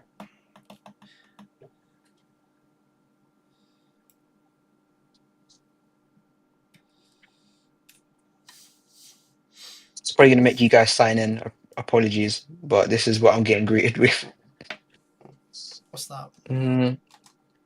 Obviously, I've tapped in your Facebook, but obviously I'm not logged in on here, so it's Oh, your right, okay, profile, but at the login screen. right. Based on the productions, the more I learn, the more I realize I'm lost in the source. Yeah, that's the problem, bro. The more you find out about electronics, audio, the more you realize you don't know.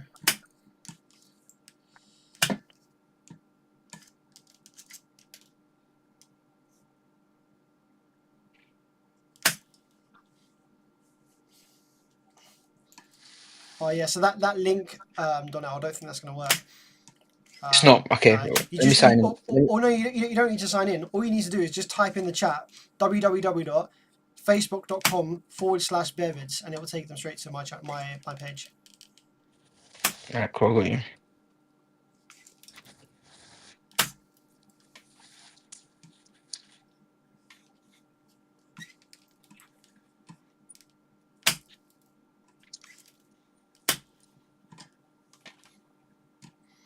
Would I be right in saying that the younger generation don't use don't use web addresses No, in we the do same not. I no do not. so like for example like if like just now, for Please. example, if I was saying, oh yeah, my Bevids Facebook page, facebook.com/Bevids, so like I understand that I would just type in facebook.com/Bevids, but I feel like the younger generation are so used to not having to type any links, any web addresses, and just having things like be from a Google link or like be from an app that goes to the page directly. No one's typing URLs anymore, and It's so all apps now, isn't it? yeah, Those times, yeah, it's exactly. It's all applications. apps. It's all apps and stuff. Yeah, actually, that's true. Yeah, if you're using Facebook on your phone, I guess I'd say just search Bearvids and then just send me a message. But if you're on the web browser, you can type in the URL. But I don't think that's the thing that younger generations really Yeah, because do the or thing is like now, yeah. understand or yeah, What is now? So like, if I want to share like a video of my friends or something or in a Discord server, you just yeah, go down to Instagram and Facebook. You just click share, and it copies the link for you. And you just yeah, yeah, paste yeah, it. Like yeah, yeah. no one's sitting there and No one's typing it typing away out links. anymore. No, I feel like links have definitely become more obscured as time has gone on. Like links are now just random letters and characters because they link to like a piece of content rather than actually being like a memorable address that you type in and that you remember. Do you know what I mean? Yeah, of course. I feel like I could make a website that was just like a keyboard mash .com, right? And that wouldn't stop people from getting to it because nobody would nobody would need to be typing that or using it. They'd go to it via the app or they'd search something that would link to it. Like I don't think that the web address itself is really a thing anymore. Google's gotten really good at linking. So like, if you got some next jumbled up, like hate like the link for your website, Yeah, Google's so good now with its search engine that if you just type in the name, it will just show you all the relative things about it, yeah, yeah, and yeah. you find it that way. So one thing I've just realized is I need to know which of these are the NPNs and which of these are the PNPs. So if I take both of these amplifiers, these parts here, if we look at it where we've got the MOSFETs on the left, the transistors on the right, these transistors are the DYN. So I assume that's going to be the NPNs, but we just need to remove one of these and put it in the tester just to confirm that it is in fact the NPN, so that we put the parts in the right places on the repaired one. Yeah, that's true. while you're People doing. don't like leaving an app anymore. Yeah, exactly. Hmm. If you have some content on a specific app or something, people won't want to go to that if it's not their preferred app. You know, people will use YouTube, but they won't go over to a different app. Just even if there's something they want to watch, just because it's like a different app. Like I don't know. Yeah, it definitely is a thing. People don't like leaving apps that they know. What is your go-to app? Where do you consume most of your social media? So I consume a lot of content on YouTube. Like if I'm just in the workshop by myself, I just bang YouTube on. Sometimes I watch. I don't watch a great deal of stuff. I watch a limited range of creators really. Yeah. But it's either that I just bang some music on Tidal or SoundCloud. For social media, I don't really sit and scroll through social media that much. Um, Facebook is probably the only one that I would do that on. I don't have Well, I think I do have Instagram, but I don't use Instagram at all. I don't think I even have it installed. Um, and I don't use TikTok either. Like even though I have a TikTok account where I post videos, I have never scrolled through TikTok, like not even once. So I don't use TikTok as like a media consumption platform. What other ones are there? I don't know. I can't think what else I. I'm on. Instagram? No, Yeah, I can't lie. I don't use I don't use TikTok that much Instagram. either, to be honest. I just post on there now and I don't really scroll on it. Instagram's actually gotten pretty good though. If you just click on, don't even go on your own For You page thing on Instagram. If you click on the little reel bit, it's pretty good, that one. Yeah. Okay. Yeah, I don't think I even have Instagram installed, so I'm not even sure. But yeah, Facebook's probably the only one that sometimes I'll catch myself just kind of scrolling down through. But rarely, and when I catch myself, I'm like, I could be doing something productive here, and then I'll just come and do something else. Yeah. Based on the productions, now that my TikTok is all car audio again, I scroll a bit, but I mostly just post and leave.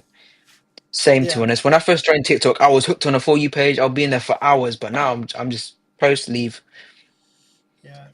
That's how I do it. But there's another thing of TikTok, yeah. It's like you got it's like a point scoring system.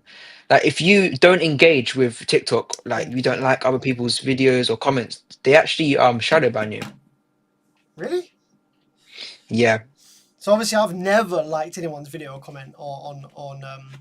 Oh wait, sorry. Do you mean as a creator, if you don't like people's comments that they make on your videos, then you should be shadow Yes. banned? Right. Okay, that makes Yes. sense. Right. Fair. Damn. BCE.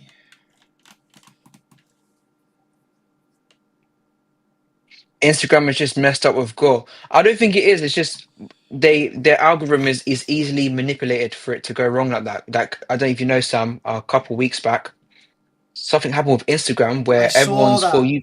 I saw that on the Yeah, news. Yeah, I did see that on the news. Yeah.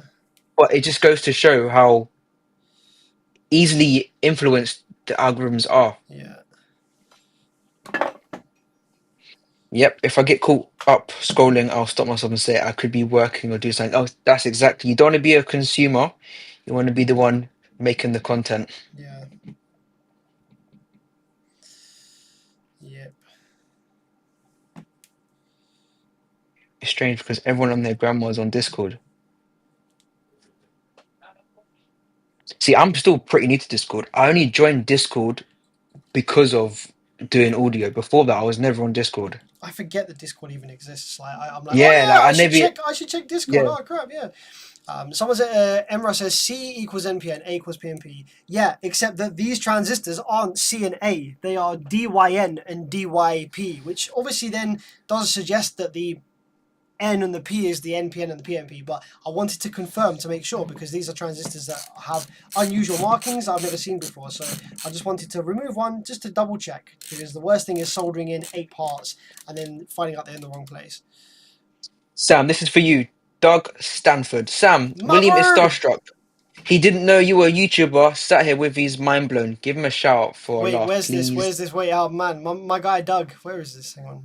How far do I have to scroll? Oh, here we go. Right, William is yeah. starstruck. He didn't know you were a YouTuber. Sat here with his mind blown.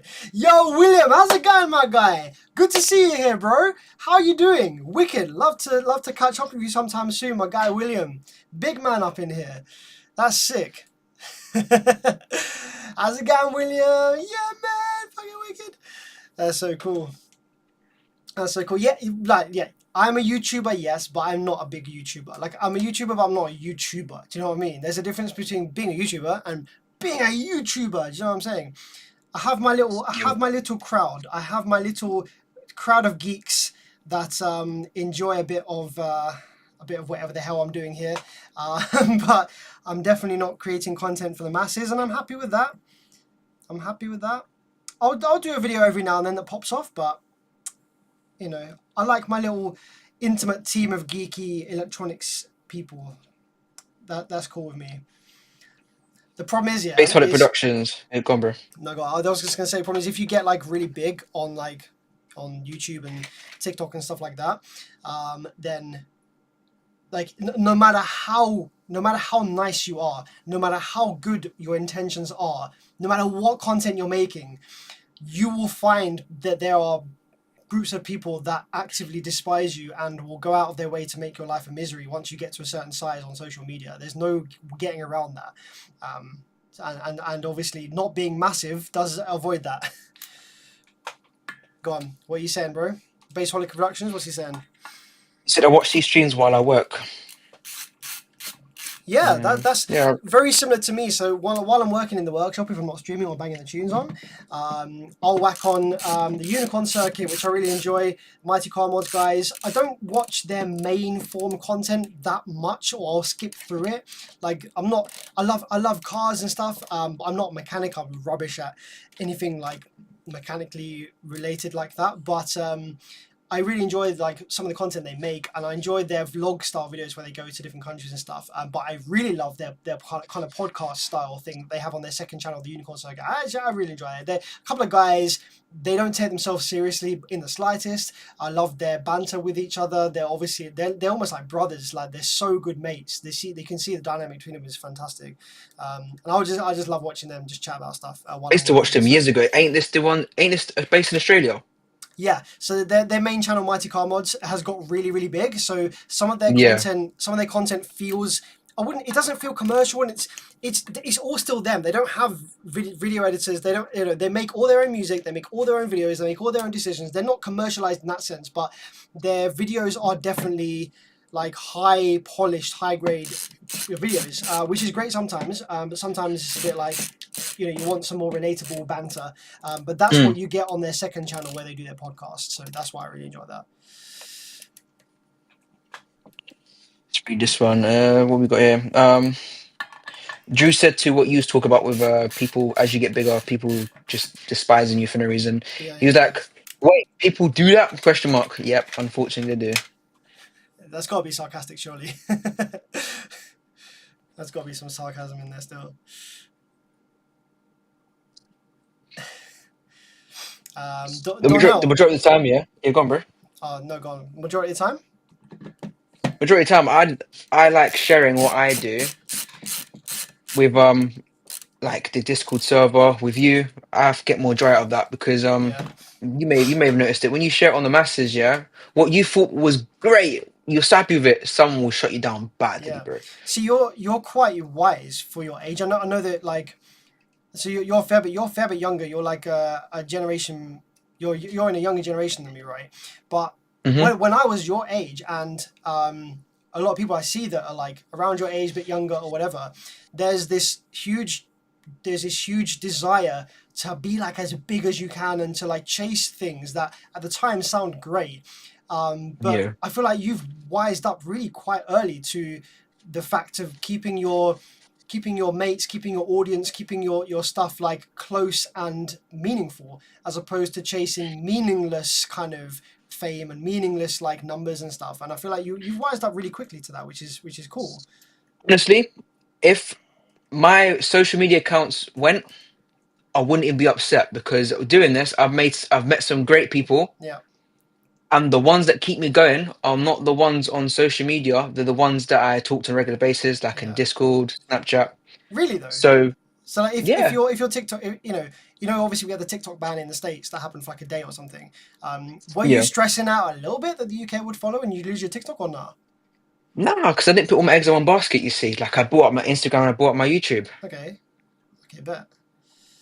But yeah, no, it's great to have like a TikTok and that. I But would be I would be stressed if I couldn't YouTube anymore. I'm sure I'd find an alternative way to express myself. Um, I feel the great satisfaction from sharing this whatever I'm experiencing and whatever stuff I learn doing this. I love that I'm teaching people and I love that people are interested in learning what I'm doing. So I would always look for an outlet for that. I think yeah, I'd be of I course. think I'd feel a bit like a bit down if there wasn't a way for me to kind of share what I'm doing in this sense with other people. And like you have no idea the endorphins I get and the great feelings I get when someone messages me and say, "Oh man, I watched this video you made repairing this thing, and I was able to repair my one," or like, "Oh, your video this or your advice here helped me to get this thing up and running and it's sick, and I use it." Like this feels so good. I love it. It's such a great feeling. So No, hundred I'd be percent. annoyed if there wasn't the ability for that to exist. I guess, but yeah, Yeah, like there is some really nice people on social media, all the platforms. But like you were saying as well to me, because don't get twisted, I'm not perfect. I do get sometimes thrown off guard by some comments. yeah. But as human beings, we do hold on. You could get thousands of nice ones, but the one negative one that comes up, you will hold on to that more Oh yeah, man, than absolutely. the others. But what I realized is, yeah, is I will look up people that are like got hundreds of millions of followers and like take Mr. Beast for example, yeah, how he does all that philanthropy stuff, yeah. Yeah, People hate him for it. yeah. For doing charity work. People hate him for it. So if you can hate someone like that, Well, doesn't matter what that's what I'm trying to say, man. It literally doesn't yeah, matter how good you're doesn't matter. doing. It doesn't matter how good your intentions are. Someone will twist it. Someone will like make up stories. Someone will Mhm. like read something that you've said incorrect, like, in a different way, and then make it out that Yeah. you're doing something shady or yeah. Yeah, you can't get around that. So I don't. Yeah, I wouldn't want to be like kind of commercially like big in like what would I call generic circles, generic kind of like popularity. If I get popular in like electronics or car audio circles, that's cool. There might be a bit of controversy, but it's fine. Like you can deal with that on a local level. But yeah, when you get really big, then it's Yeah. hard to kind of control. And then you're always living like then every day I'd wake up and every day I'd feel like, oh man, it just feels I just don't like the idea that there are people out there that hate me for a reason that's not accurate. They're thinking something about me that's not true. So yeah. No, 100%. I'm not gonna lie, when I first started out doing social media, I used to take comments really badly in it. Because Yeah. obviously How old I were didn't you? grow How old were you when your videos started going big on TikTok? I think I was 19. Okay, yeah, But I used to take them really bad because obviously I'm not growing with the channel. It's like it's all happened so quick and I'm having to adapt in yeah, a matter of months. But now in 2025, I could see a negative and a positive comment back to back in my comment section. Like as long as you know yourself and you're happy within what you're doing, yeah, you will attract the right crowd. Do you know what I yeah. mean? No, definitely, So that's how you got to do it. definitely. And if you don't, if you can avoid lashing back on like any comments that are spiteful and stuff, then you usually they get bored and go away, and the people that stick around are like actually the people that are interested in your content. So um, Literally, no. But back in the day, I used to spam keyboard warrior back to the people. yeah, Now I yeah, just I don't respond to them. I was like, let them do their thing because yeah. if you don't entertain it, then there's no energy you've The injected into that. like the negativity will feed on negativity and drama. So Hmm. if you don't fuel the drama, then it just kind of fizzle out. Yeah. Yeah, Like, at the end of the day, no one wants to be wrong on social media. yeah, Okay, so it's just going to be the battle of who's the most right. But if you don't say anything, you've instantly won. yeah, man. Even baseball it said even Jesus had haters. Uh, Who's the most loved person in the world? Do you think? Who's like the least hated person? Like, obviously, there's like obvious ones like David Attenborough. I'm sure I've seen David Attenborough hate comments though. Still, who would you say is the most worldwide loved person? The least I don't know. hated. It's angles though, isn't it? Because like you could go to a crowd who like them, but it'll be the angle of it of what they've Mm, done. mm. Uh, I'm just trying to think of Baseball someone that's well Productions, known. dude, it sucks. People who have never met me hate me for stuff I've never done. Yeah, but with social media, yeah, something that you know the story of gets very quickly manipulated and Chinese whispers, and before it gets to the majority, it's completely different to how it started. You can't say that anymore. Can't you say know, what. so just go back the game Chinese Whispers. Apparently, you have to call it telephones now. What? Even in primary school, we used to call it that. Yeah, I know. Still, yeah, yeah. I was talking to someone. Like it's like probably like last year or something. Some like um, nursery games and stuff, and like primary school games come up. And we're like, hey, Chinese Whispers, and they're like, oh no, they don't call it that now. It's called telephones. He says, but what's the channel? I'm not sure what you mean there, bro. Let's have a look at some of these chats.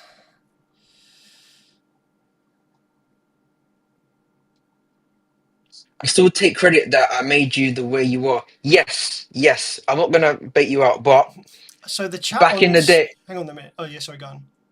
yeah, back in the day, yeah, you was one of them ones. But do you know what? Your enemies do become your friends at some point. I can't even lie. Yeah, it can happen, man. Says the chat on stream reveals that YouTube is shadow banning my chat messages now. Why is it doing that? So I've got a few options here for live chat. I've got top chat, which has the potential to filter out some stuff it doesn't perceive to be high quality comments. But I just have it on live chat, so every single message should be coming through. So if you're typing a live chat and it's not coming up on my screen, then YouTube must be filtering it for some reason. I don't really know what you're saying that could be causing that, but Life is too short to hate anyone. Yeah, man. Just like if you're just yeah, if you've got something you like doing, just go for it, man. Like thanks, I'm not gonna Michael. lie. Um, when I started doing audio, obviously none of my friends were interested in it, and at first I was sort of embarrassed to do it because I knew I didn't fit in with my local friends. But I saw these lot chasing what they wanted to do, so I chased what I wanted to do, and yeah.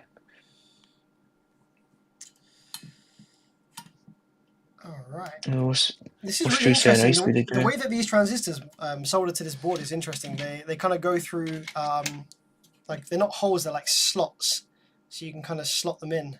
It's kind of interesting. Oh, TikTok. I'm thinking you said yeah. Sinewave02 on TikTok.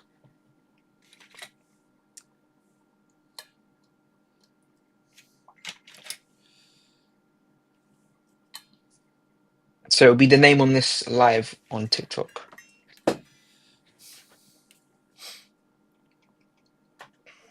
But Sam, do you know one thing I really want to do? I don't think I've got any filtered words set. I don't think I've ever set that up, so it's whatever YouTube's filtering. But yeah, go on.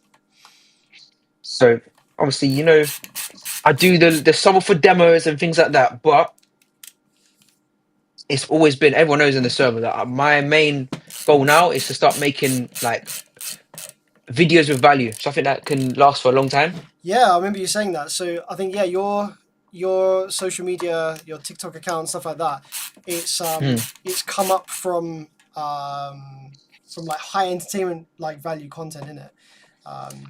And yeah, you're wanting to make some like longer form content with some educational vibes or something. Yeah, I want to just provide something of value now. Like, Yeah. yeah, cool, entertainment's cool, but Well, I want to be able to look entertainment back. is value, and you can entertain and teach at the same time. So Michael says perhaps it doesn't like. Oh yeah, maybe it doesn't like Facebook being typed out because it could be seen as like a link. Well, I know it's not a link, but it could be seen as like trying to take people away to a different website. Maybe. Yeah, but it's one of you. I tapped it as a moderator though. No, yeah, you're a moderator though, so you probably can. Y'all should do a podcast style. Have guests on while Sam fixes stuff. I mean, yeah, that's kind of what this is, isn't it? Like at the moment where I'm just like screwing transistors and soldering transistors in, that's kind of what this is. While I'm doing this, I don't know what sort of guests I'd have on though. What kind of guests would be cool to have on? And there is a guy actually who's been messaging me on Facebook, who worked for Rockford Fosgate when they were in their prime, no pun intended. And he knows a lot of the guys that designed the Slash series amps and stuff like that. So we could get someone like that on, and you could ask any questions you've got. We could talk about amplifier circuit design and just how what it was like working for one of the best car audio brands at the time. That might be pretty cool. Let me know if that sounds interesting to you. Could try and set something up. Hey, Drew, I'm gonna follow you back. Thanks for the follow, bro. I followed Yeah, you back. the amp dyno is very expensive. It is crazy, crazy money, and obviously it's priced on what I'd call like an industry price point. It's not a consumer device, and it's not priced like that. It's priced very expensively with the intention of selling to companies, industry kind of like businesses and stuff that can put the money into something like that. What makes the amp down expensive though? Because is it the resistors or what? Because No, I I've think got it is. I think it is just a matter of it being like an industrial kind of thing. So I think there's like an industrial kind of professional tax put on it, if that makes sense. Because obviously oh, all the amp okay. dyno is, the amp dyno is essentially the SMD AMM1 in a big case with a signal generator and resistive loads and like some relays and power supply stuff like that. Its logic and its kind of functionality is going to be very similar to the AMM1, just with a little bit extra functionality and stuff. So yeah, I think it is just that expensive because it is going to be a low production numbers. They're not going to make a lot of them. Perhaps they're even made to order. They're very heavy to ship. They may be a time consuming to assemble. They're probably hand assembled. They're not like mass produced in a factory. They're probably like assembled, in America perhaps or whatever. So there's probably a lot of reasons that they're pricey in that regard. Yeah, no, I feel that. Like what Drew was saying, it also measures 1% THD where the AM1 stops at clipping. Yeah. But what is Okay. it? What is the clipping at, on the AM1? And it's still 1% THD I thought when it it was. shows clipping. I thought it was 10. I don't know. I could be wrong. 10%. Well, that would make more sense because you seen some square waves on some of the amps I've done, and it Yeah. ain't even come on. Yeah. One thing I think they need to do a revision on the S&D meter, make it rechargeable and USB-C or something. Because if it wasn't for the rechargeable lithium batteries that you recommended, I'll be Oh going yeah. through 9-volt batteries on a daily, bro. Yeah, well It's crazy. that's the same as any kind of modern device that's using 9-volt batteries. Just absolutely rinses through them. Hmm. The same with my thermal imaging camera. Absolutely hounds batteries. So I just hooked it up to a mains, to like a power supply. Yeah, I agree. Also, They need a lithium battery in there.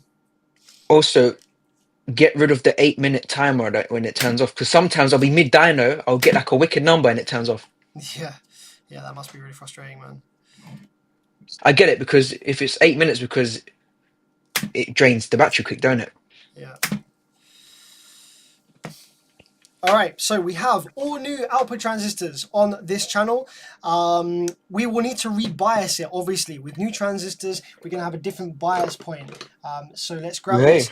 Let's turn the bias potentiometer all the way down. I'm going to guess the down way is going to be this way. So when we're basically unbiased to start with. We're going to need a new emitter resistor just here. Now this is black, red, silver. So let's see if I have anything of that spec in my big ass pot of resistors over here. Let's see what we got. I think that's 0. What is that? Black, red, silver. I think that's 0.22, 2.2 milliohms. Let's see what I've got. Let's You know see what you what I've could got. do? Did you manage to?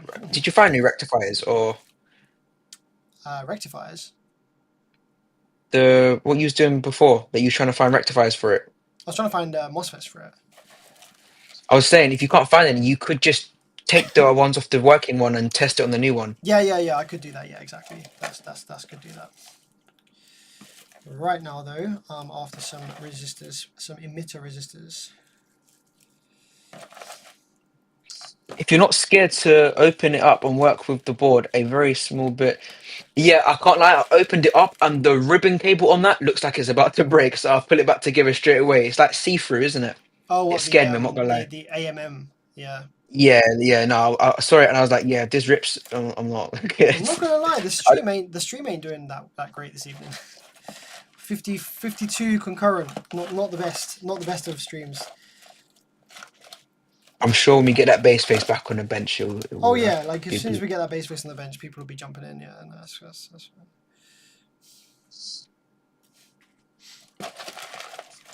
I might have to steal an emitter resistor as well. I don't think I've got any emitters that are that value in the drawer here. Red, black, I'll send red, you some pictures of it silver. if you can do it. All right, I appreciate that, bro. That'll be wicked. Because I've got rechargeable 9 volts that I could. Oh, I should show you.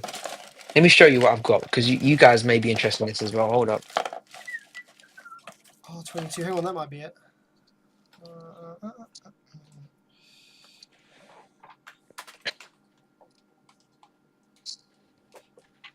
a resistor book wouldn't really be super helpful here because I need these like massive like high wattage resistors, you know.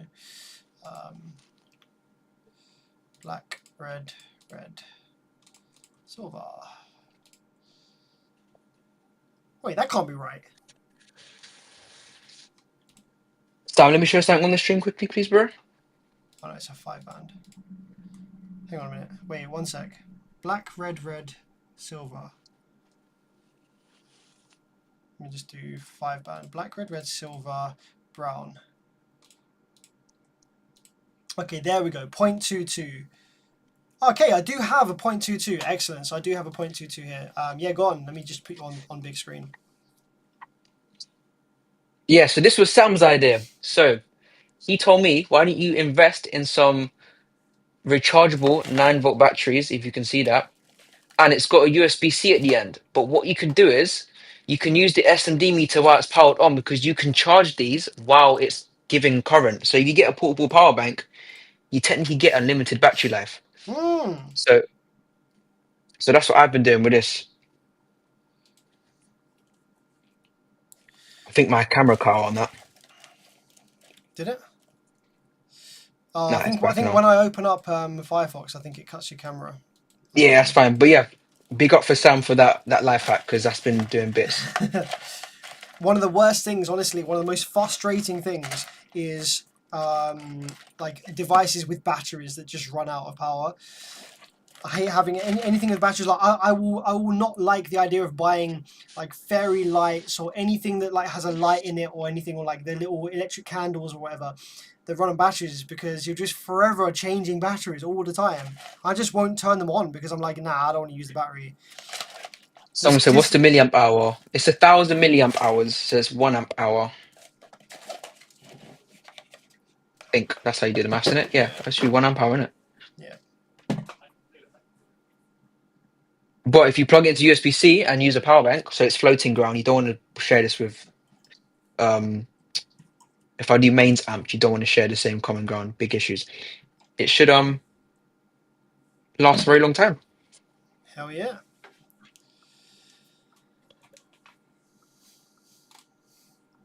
So I'll try that. Double check the signal when you're measuring man had the put into that signal. Leaky batteries, I no. I remember, bro, Sam, I was spending like £4.50 per 9 volt battery because the only ones that actually lasted were the Duracell ones. Yeah, that sucks, man. I've got some rechargeable ones here, but they're not the lithium ones. They're just like the whatever the old tech is, and they don't last. Like in my multimeter and stuff like that, I use the 9 volts.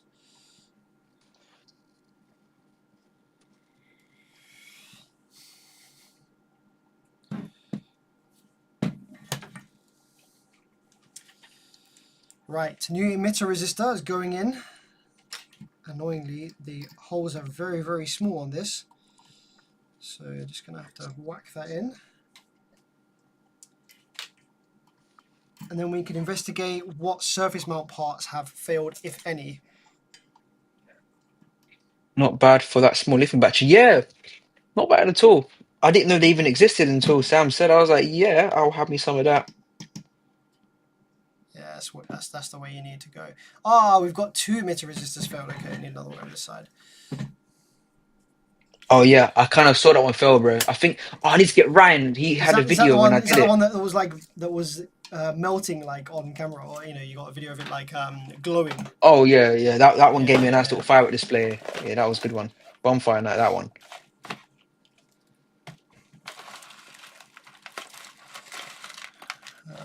Da-da-da. Hopefully, we've got another one of those. There's that big grey thing. 2.22 ohm.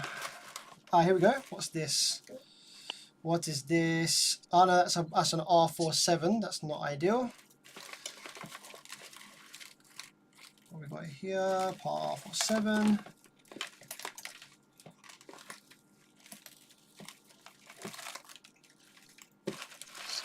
It's a good question from Felix. So what do you reckon inside these 9 volts? Some they're saying it could be using a boost converter inside these little batteries. I know there's a BMS in here. I don't know if it's got a boost converter though. Well, why don't you? That'd make a great video. Taking one of those apart, seeing what's inside.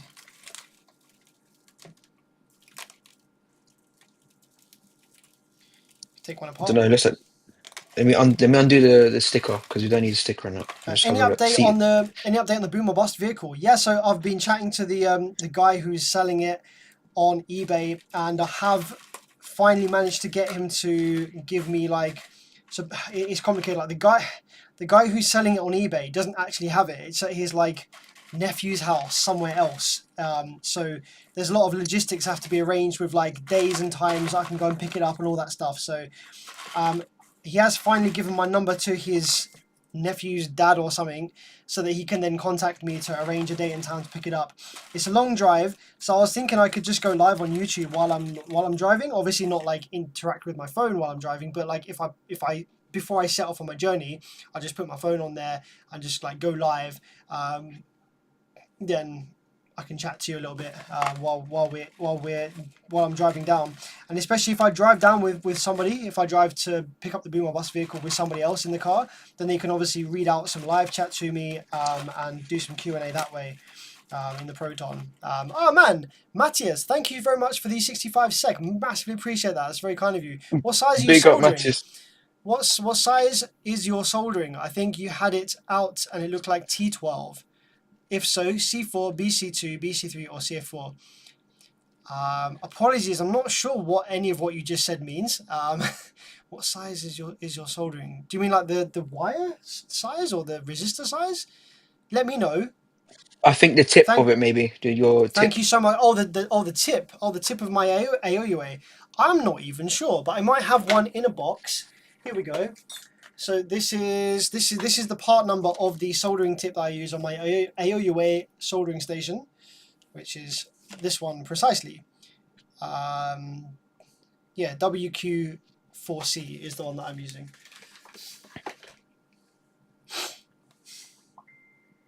Yeah, Sam. I think I'm gonna pass and take this apart. Where it's lithium, it's like the ends come off, yeah, but they're it's like they glued. Right. Okay. So you Yeah. can see the seam, you can see the seams on it, but yeah, Oh I'm not trying to man. do that because this is the lithium that does want to give you some of that magic smoke. Yeah. No, if you pierce that or short it out, it's gonna yeah be a nice interesting firework display for sure. I feel you. Yeah, we'll leave this one alone. Okay, that's fair. That's fair. Respect that. What's your verdict though? Do you reckon it's got a boost converter or is it just like a 9 volt cell? I'm not even People sure. saying here 3S I'm not or even sure to 2S. be fair.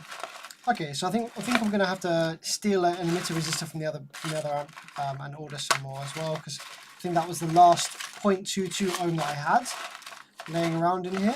Don't think I've got any more that are big enough, so that's fine. These are all 0.47s.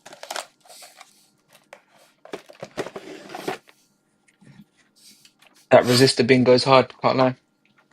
Yeah, like don't get me wrong, I would love to sort those out to arrange them, but the amount of Yeah, but time you know where they are though. I know what they are. The amount of time it would take to arrange them outweighs the amount of time it takes me to just like search through every now and then. So Listen, listen, a engineer's table is never clean. no, never. And if it is clean, it's because they're not engineering. Especially an engineer with ADHD, man. The desk is gonna be cooked, but you're gonna get some Not enough room for 3S. you're gonna get some quality work done, but your desk is gonna Yeah. be cooked.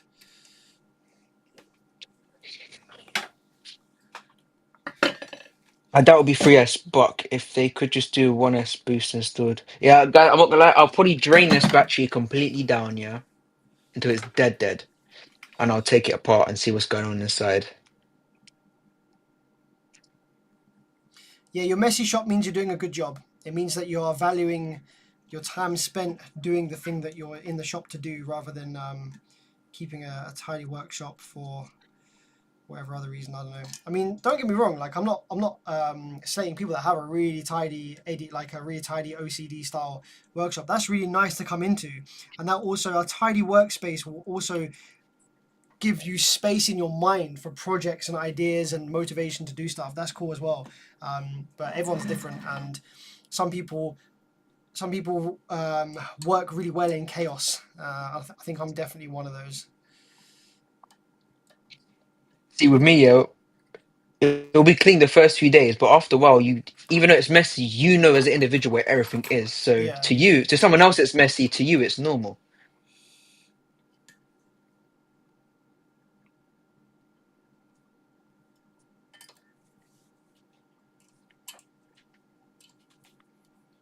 Lithium don't drop to 0 volt. If they do, it hurts them. They can damage them.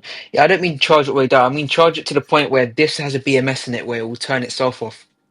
Yeah, the BMS won't let you discharge past a certain point, I Yeah, assume. this will turn itself off. It will stop giving power, and it's also got short circuit protection on this as well, which is pretty cool. I think this one's cooked as well. I think we've got quite a few cooked emitters, because some of these are looking kind of orange still. So this is supposed to be two red lines, okay? And as you can see, this has got 2 red lines. This one's got 2 orange lines. You can kind of see the wire wound in there. So we're supposed to be, these are reading 0.22, which I'm not going to be able to read on this multimeter. Yeah, we're just reading 0, which is fine. But this one right here looks a bit toasty, not gonna lie. See, that's reading 0.6, so that is definitely like in need of a replacement. And there's one over here that looks a little bit orangey as well, like it's got really hot. That's reading kind of high as well. Bro, I could tell you exactly what part of the Sinewave did that on bass. I love you. Yeah. Keep a bucket of water by it. No, I'll just throw it out the window. Safest way. I don't know, actually. This one's alright. This one here is reading. This one here is reading a bit different. I suspect that might be because we've got some dead drivers or something. So if you check this, right, so have a look at the multimeter screen. Okay, these parts. Ah, no, hang on. We're missing an emitter resistor here as well. Okay, right. We need to drop one in there. I was going to say we're missing. The readings are looking a bit different. So let me just drop another emitter I'm at the end sure. there. I'm sure something did fly off that board. I don't know if I can't remember. I think something did though. It seemed like it failed pretty spectacularly still. Yeah, big up the fuse on it though, because the fuses worked. Yeah, well, the fuse. Oh, the fuses blew, didn't they? Yeah. Yeah. Yeah.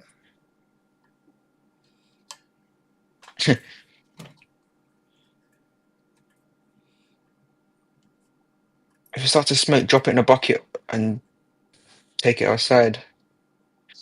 But Not a lithium, bucket. it Not a bucket of wouldn't it water make it though. worse? Wouldn't it make it worse? Because I lithium think they doesn't. mean just a bucket, like an empty bucket, maybe with some sand in it or something. No, it's keep a bucket of water by. I don't think a bucket of water is going to be good, because lithium loves water, I think. Yeah, it'll start putting potassium in water. It's gonna. Yeah. Is Sam, it potassium or sodium? what's your thoughts on the T-amp circuit? I mean, it's hard to tell at the moment. It looks okay from what I can see. It's very compact. The actual PCB like quality is fine. Like for something out of China, it's like it's okay, you know. Not really any too many issues here that I'm seeing. Looks all right.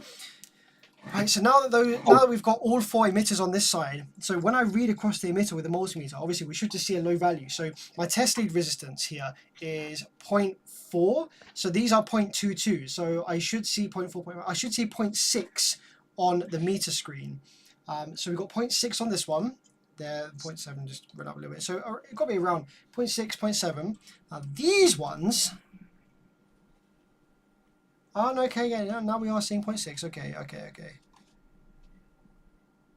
0.4 on this one. So that is the same as the test lead resistance. So this one, there's something shorted in parallel with this emitter resistor, it would appear. Oh no, now we're reading 0.6. Maybe I have my probe touching something else. All right, I'm happy with that. Okay, so we also need to grab the MOSFETs from this good side, I think, just so we can like confirm whether we have made a decent repair this evening or not. So let's grab a couple of MOSFETs from the good one just to use for now. Where is my screwdriver? Yeah, but guys, I don't actually think, yeah. So the BMS in this battery takes up probably 25% of this case. So I don't think it's going to be like a big fire in it. It's going to be short-lived. I'm actually going to leave those MOSFETs in there for now because I've just realised what time it is. But I'm just going to have a quick look at some of the surface mount parts. So there's a couple of resistors missing from the middle here. I just want to see if that's because I removed them. So there's a resistor missing from near this connector. You see this one right here on the bottom. This one's missing. And there's a couple of resistors here as well that are missing. So if we have a look at the good board right here. Now, I don't know if these resistors were fitted on because obviously these, even though they're the same board, there are one's one channel, one's the other channel. So I don't know if they're going to be identical in terms of what resistors go there. But right here we've got a 1200 ohm resistor. And also right here we have a 1200 ohm resistor. So we've got a couple of 1200s, one there, one there.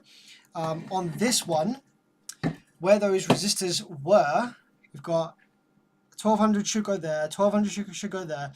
And in this resistor pad here, I've obviously tinned with fresh solder, but I'm just hoping that I just did that kind of, not by accident, but I just did that while I was there because my soldering iron went over it rather than that means that there was actually a resistor actually fitted there. So we need a couple of 1200s, that's fine. What else are we missing? Let's have a look. Okay, we've got a very cooked resistor right about here. That is, we've got a 3301. So yeah, we've got a 3300 as well that needs replacing here. So Very good 3301, idea. 3301, that's absolutely cooked. Let's have a look and see if we can see any other cooked resistors all around here. 3900. So resistors don't always show visual signs of failure, so we probably will have to go through with a multimeter anyway just to confirm. But I just wanted to see if there's any other ones that are like obviously burnt out. Hey guys, don't worry. Have you seen what I've done on my desk? Hey Sam, you can vouch for me. These that are worried about the lithium, causing little burns on my desk, but they don't realize I've shorted out the whole lithium bank on purpose on the desk. Yeah, man. That's funny. Guys, don't worry, it'll be fine. I've done worse. Okay, so that is the only visibly burned resistor that I can obviously see. Let's just use with the multimeter and just check to see whether there's any obviously like shorted semiconductor components around that area. As where you've got burnt resistors, you might have like shorted semiconductor parts as well. Oh, there's a big resistor here missing actually next to these two set 4 transistors. That's missing on Yeah, this board as well. That's fine. That's fine. We don't need that probably there. Let's check these ones. Like the drums. No shorts there. Shorts there. That's fine. That's fine. No shorts Is it there. not hard on your eyes though? Is it not hard on your eyes though, bro? Obviously, that the black S and sold micro soldering components with the No, black board. I don't find it hard. Like I'm not aware of it being hard on my eyes. Like obviously I don't know whether it's causing any long-term effects or anything, but I'm not aware of it being hard on my eyes. No, I mean like when you're trying to find things, does not make it hard for you to find it. Oh, I see what you mean. Black on black. Yeah. Yeah. Yeah, a little bit. Like more so than if the border was coloured. Yeah, I guess. Yeah. Yeah. Yeah. Okay. So I'm not seeing any further obviously failed parts around here. So I think what we're gonna do is I'm gonna order some components. I'm gonna order some resistors. Here we go. Wait, no, that's all right. We're gonna order some resistors. We're gonna order some MOSFETs, and then we should be good to get this up and running for a test. Actually, this resistor here, Okay. this is cooked. This 2R2. So I need another a big 2R2 here as well. That's completely open, that one there, and probably this one is as well. 2R2, yeah. So we need a couple of 2R2s in that size. We need a couple of 1200s over here. We need a 3301. We need some 1407s or 3077s. And that's about it as far as I can see. So I think we'll leave it there. I'm going to go and enjoy it and relax and enjoy the rest of my evening. But guys, Yeah, man. been a nice stream. You enjoyed it? Yeah, man. It's been wicked. Yeah, man. Awesome. Well, the next stream I do, fingers crossed, will hopefully be the base face 5K upgrades. Like I said in the previous stream, I've got all the parts here already for that. So we can do that as soon as it arrives. Going to be really interesting to see what kind of power that makes. And then once we've done the modifications, I'll send it back off to Sinewave02 for the bench test and possible fireworks. We'll see. But yeah, Oh, don't say that. I'll Don't definitely say check that. out. Michael, I'll definitely check out the three-phase thing. But that's going to be something for me to do later on this evening, chilling with a hot chocolate in front of the PC or something. Yeah, I want to head off and spend some time with my other half just now as well. So, yeah. Cheers for sticking around, guys. Thanks so much for Sinewave02 for jumping on my stream again and adding some value to my stream. Really appreciate it. This is like kind of podcast vibes. I like having some interaction here. It's nice. So thanks for jumping on. No Appreciate problem, it. bro. But yeah, catch you in the next stream. Have a great rest of the Take week. care, guys. See you next time. Bye bye.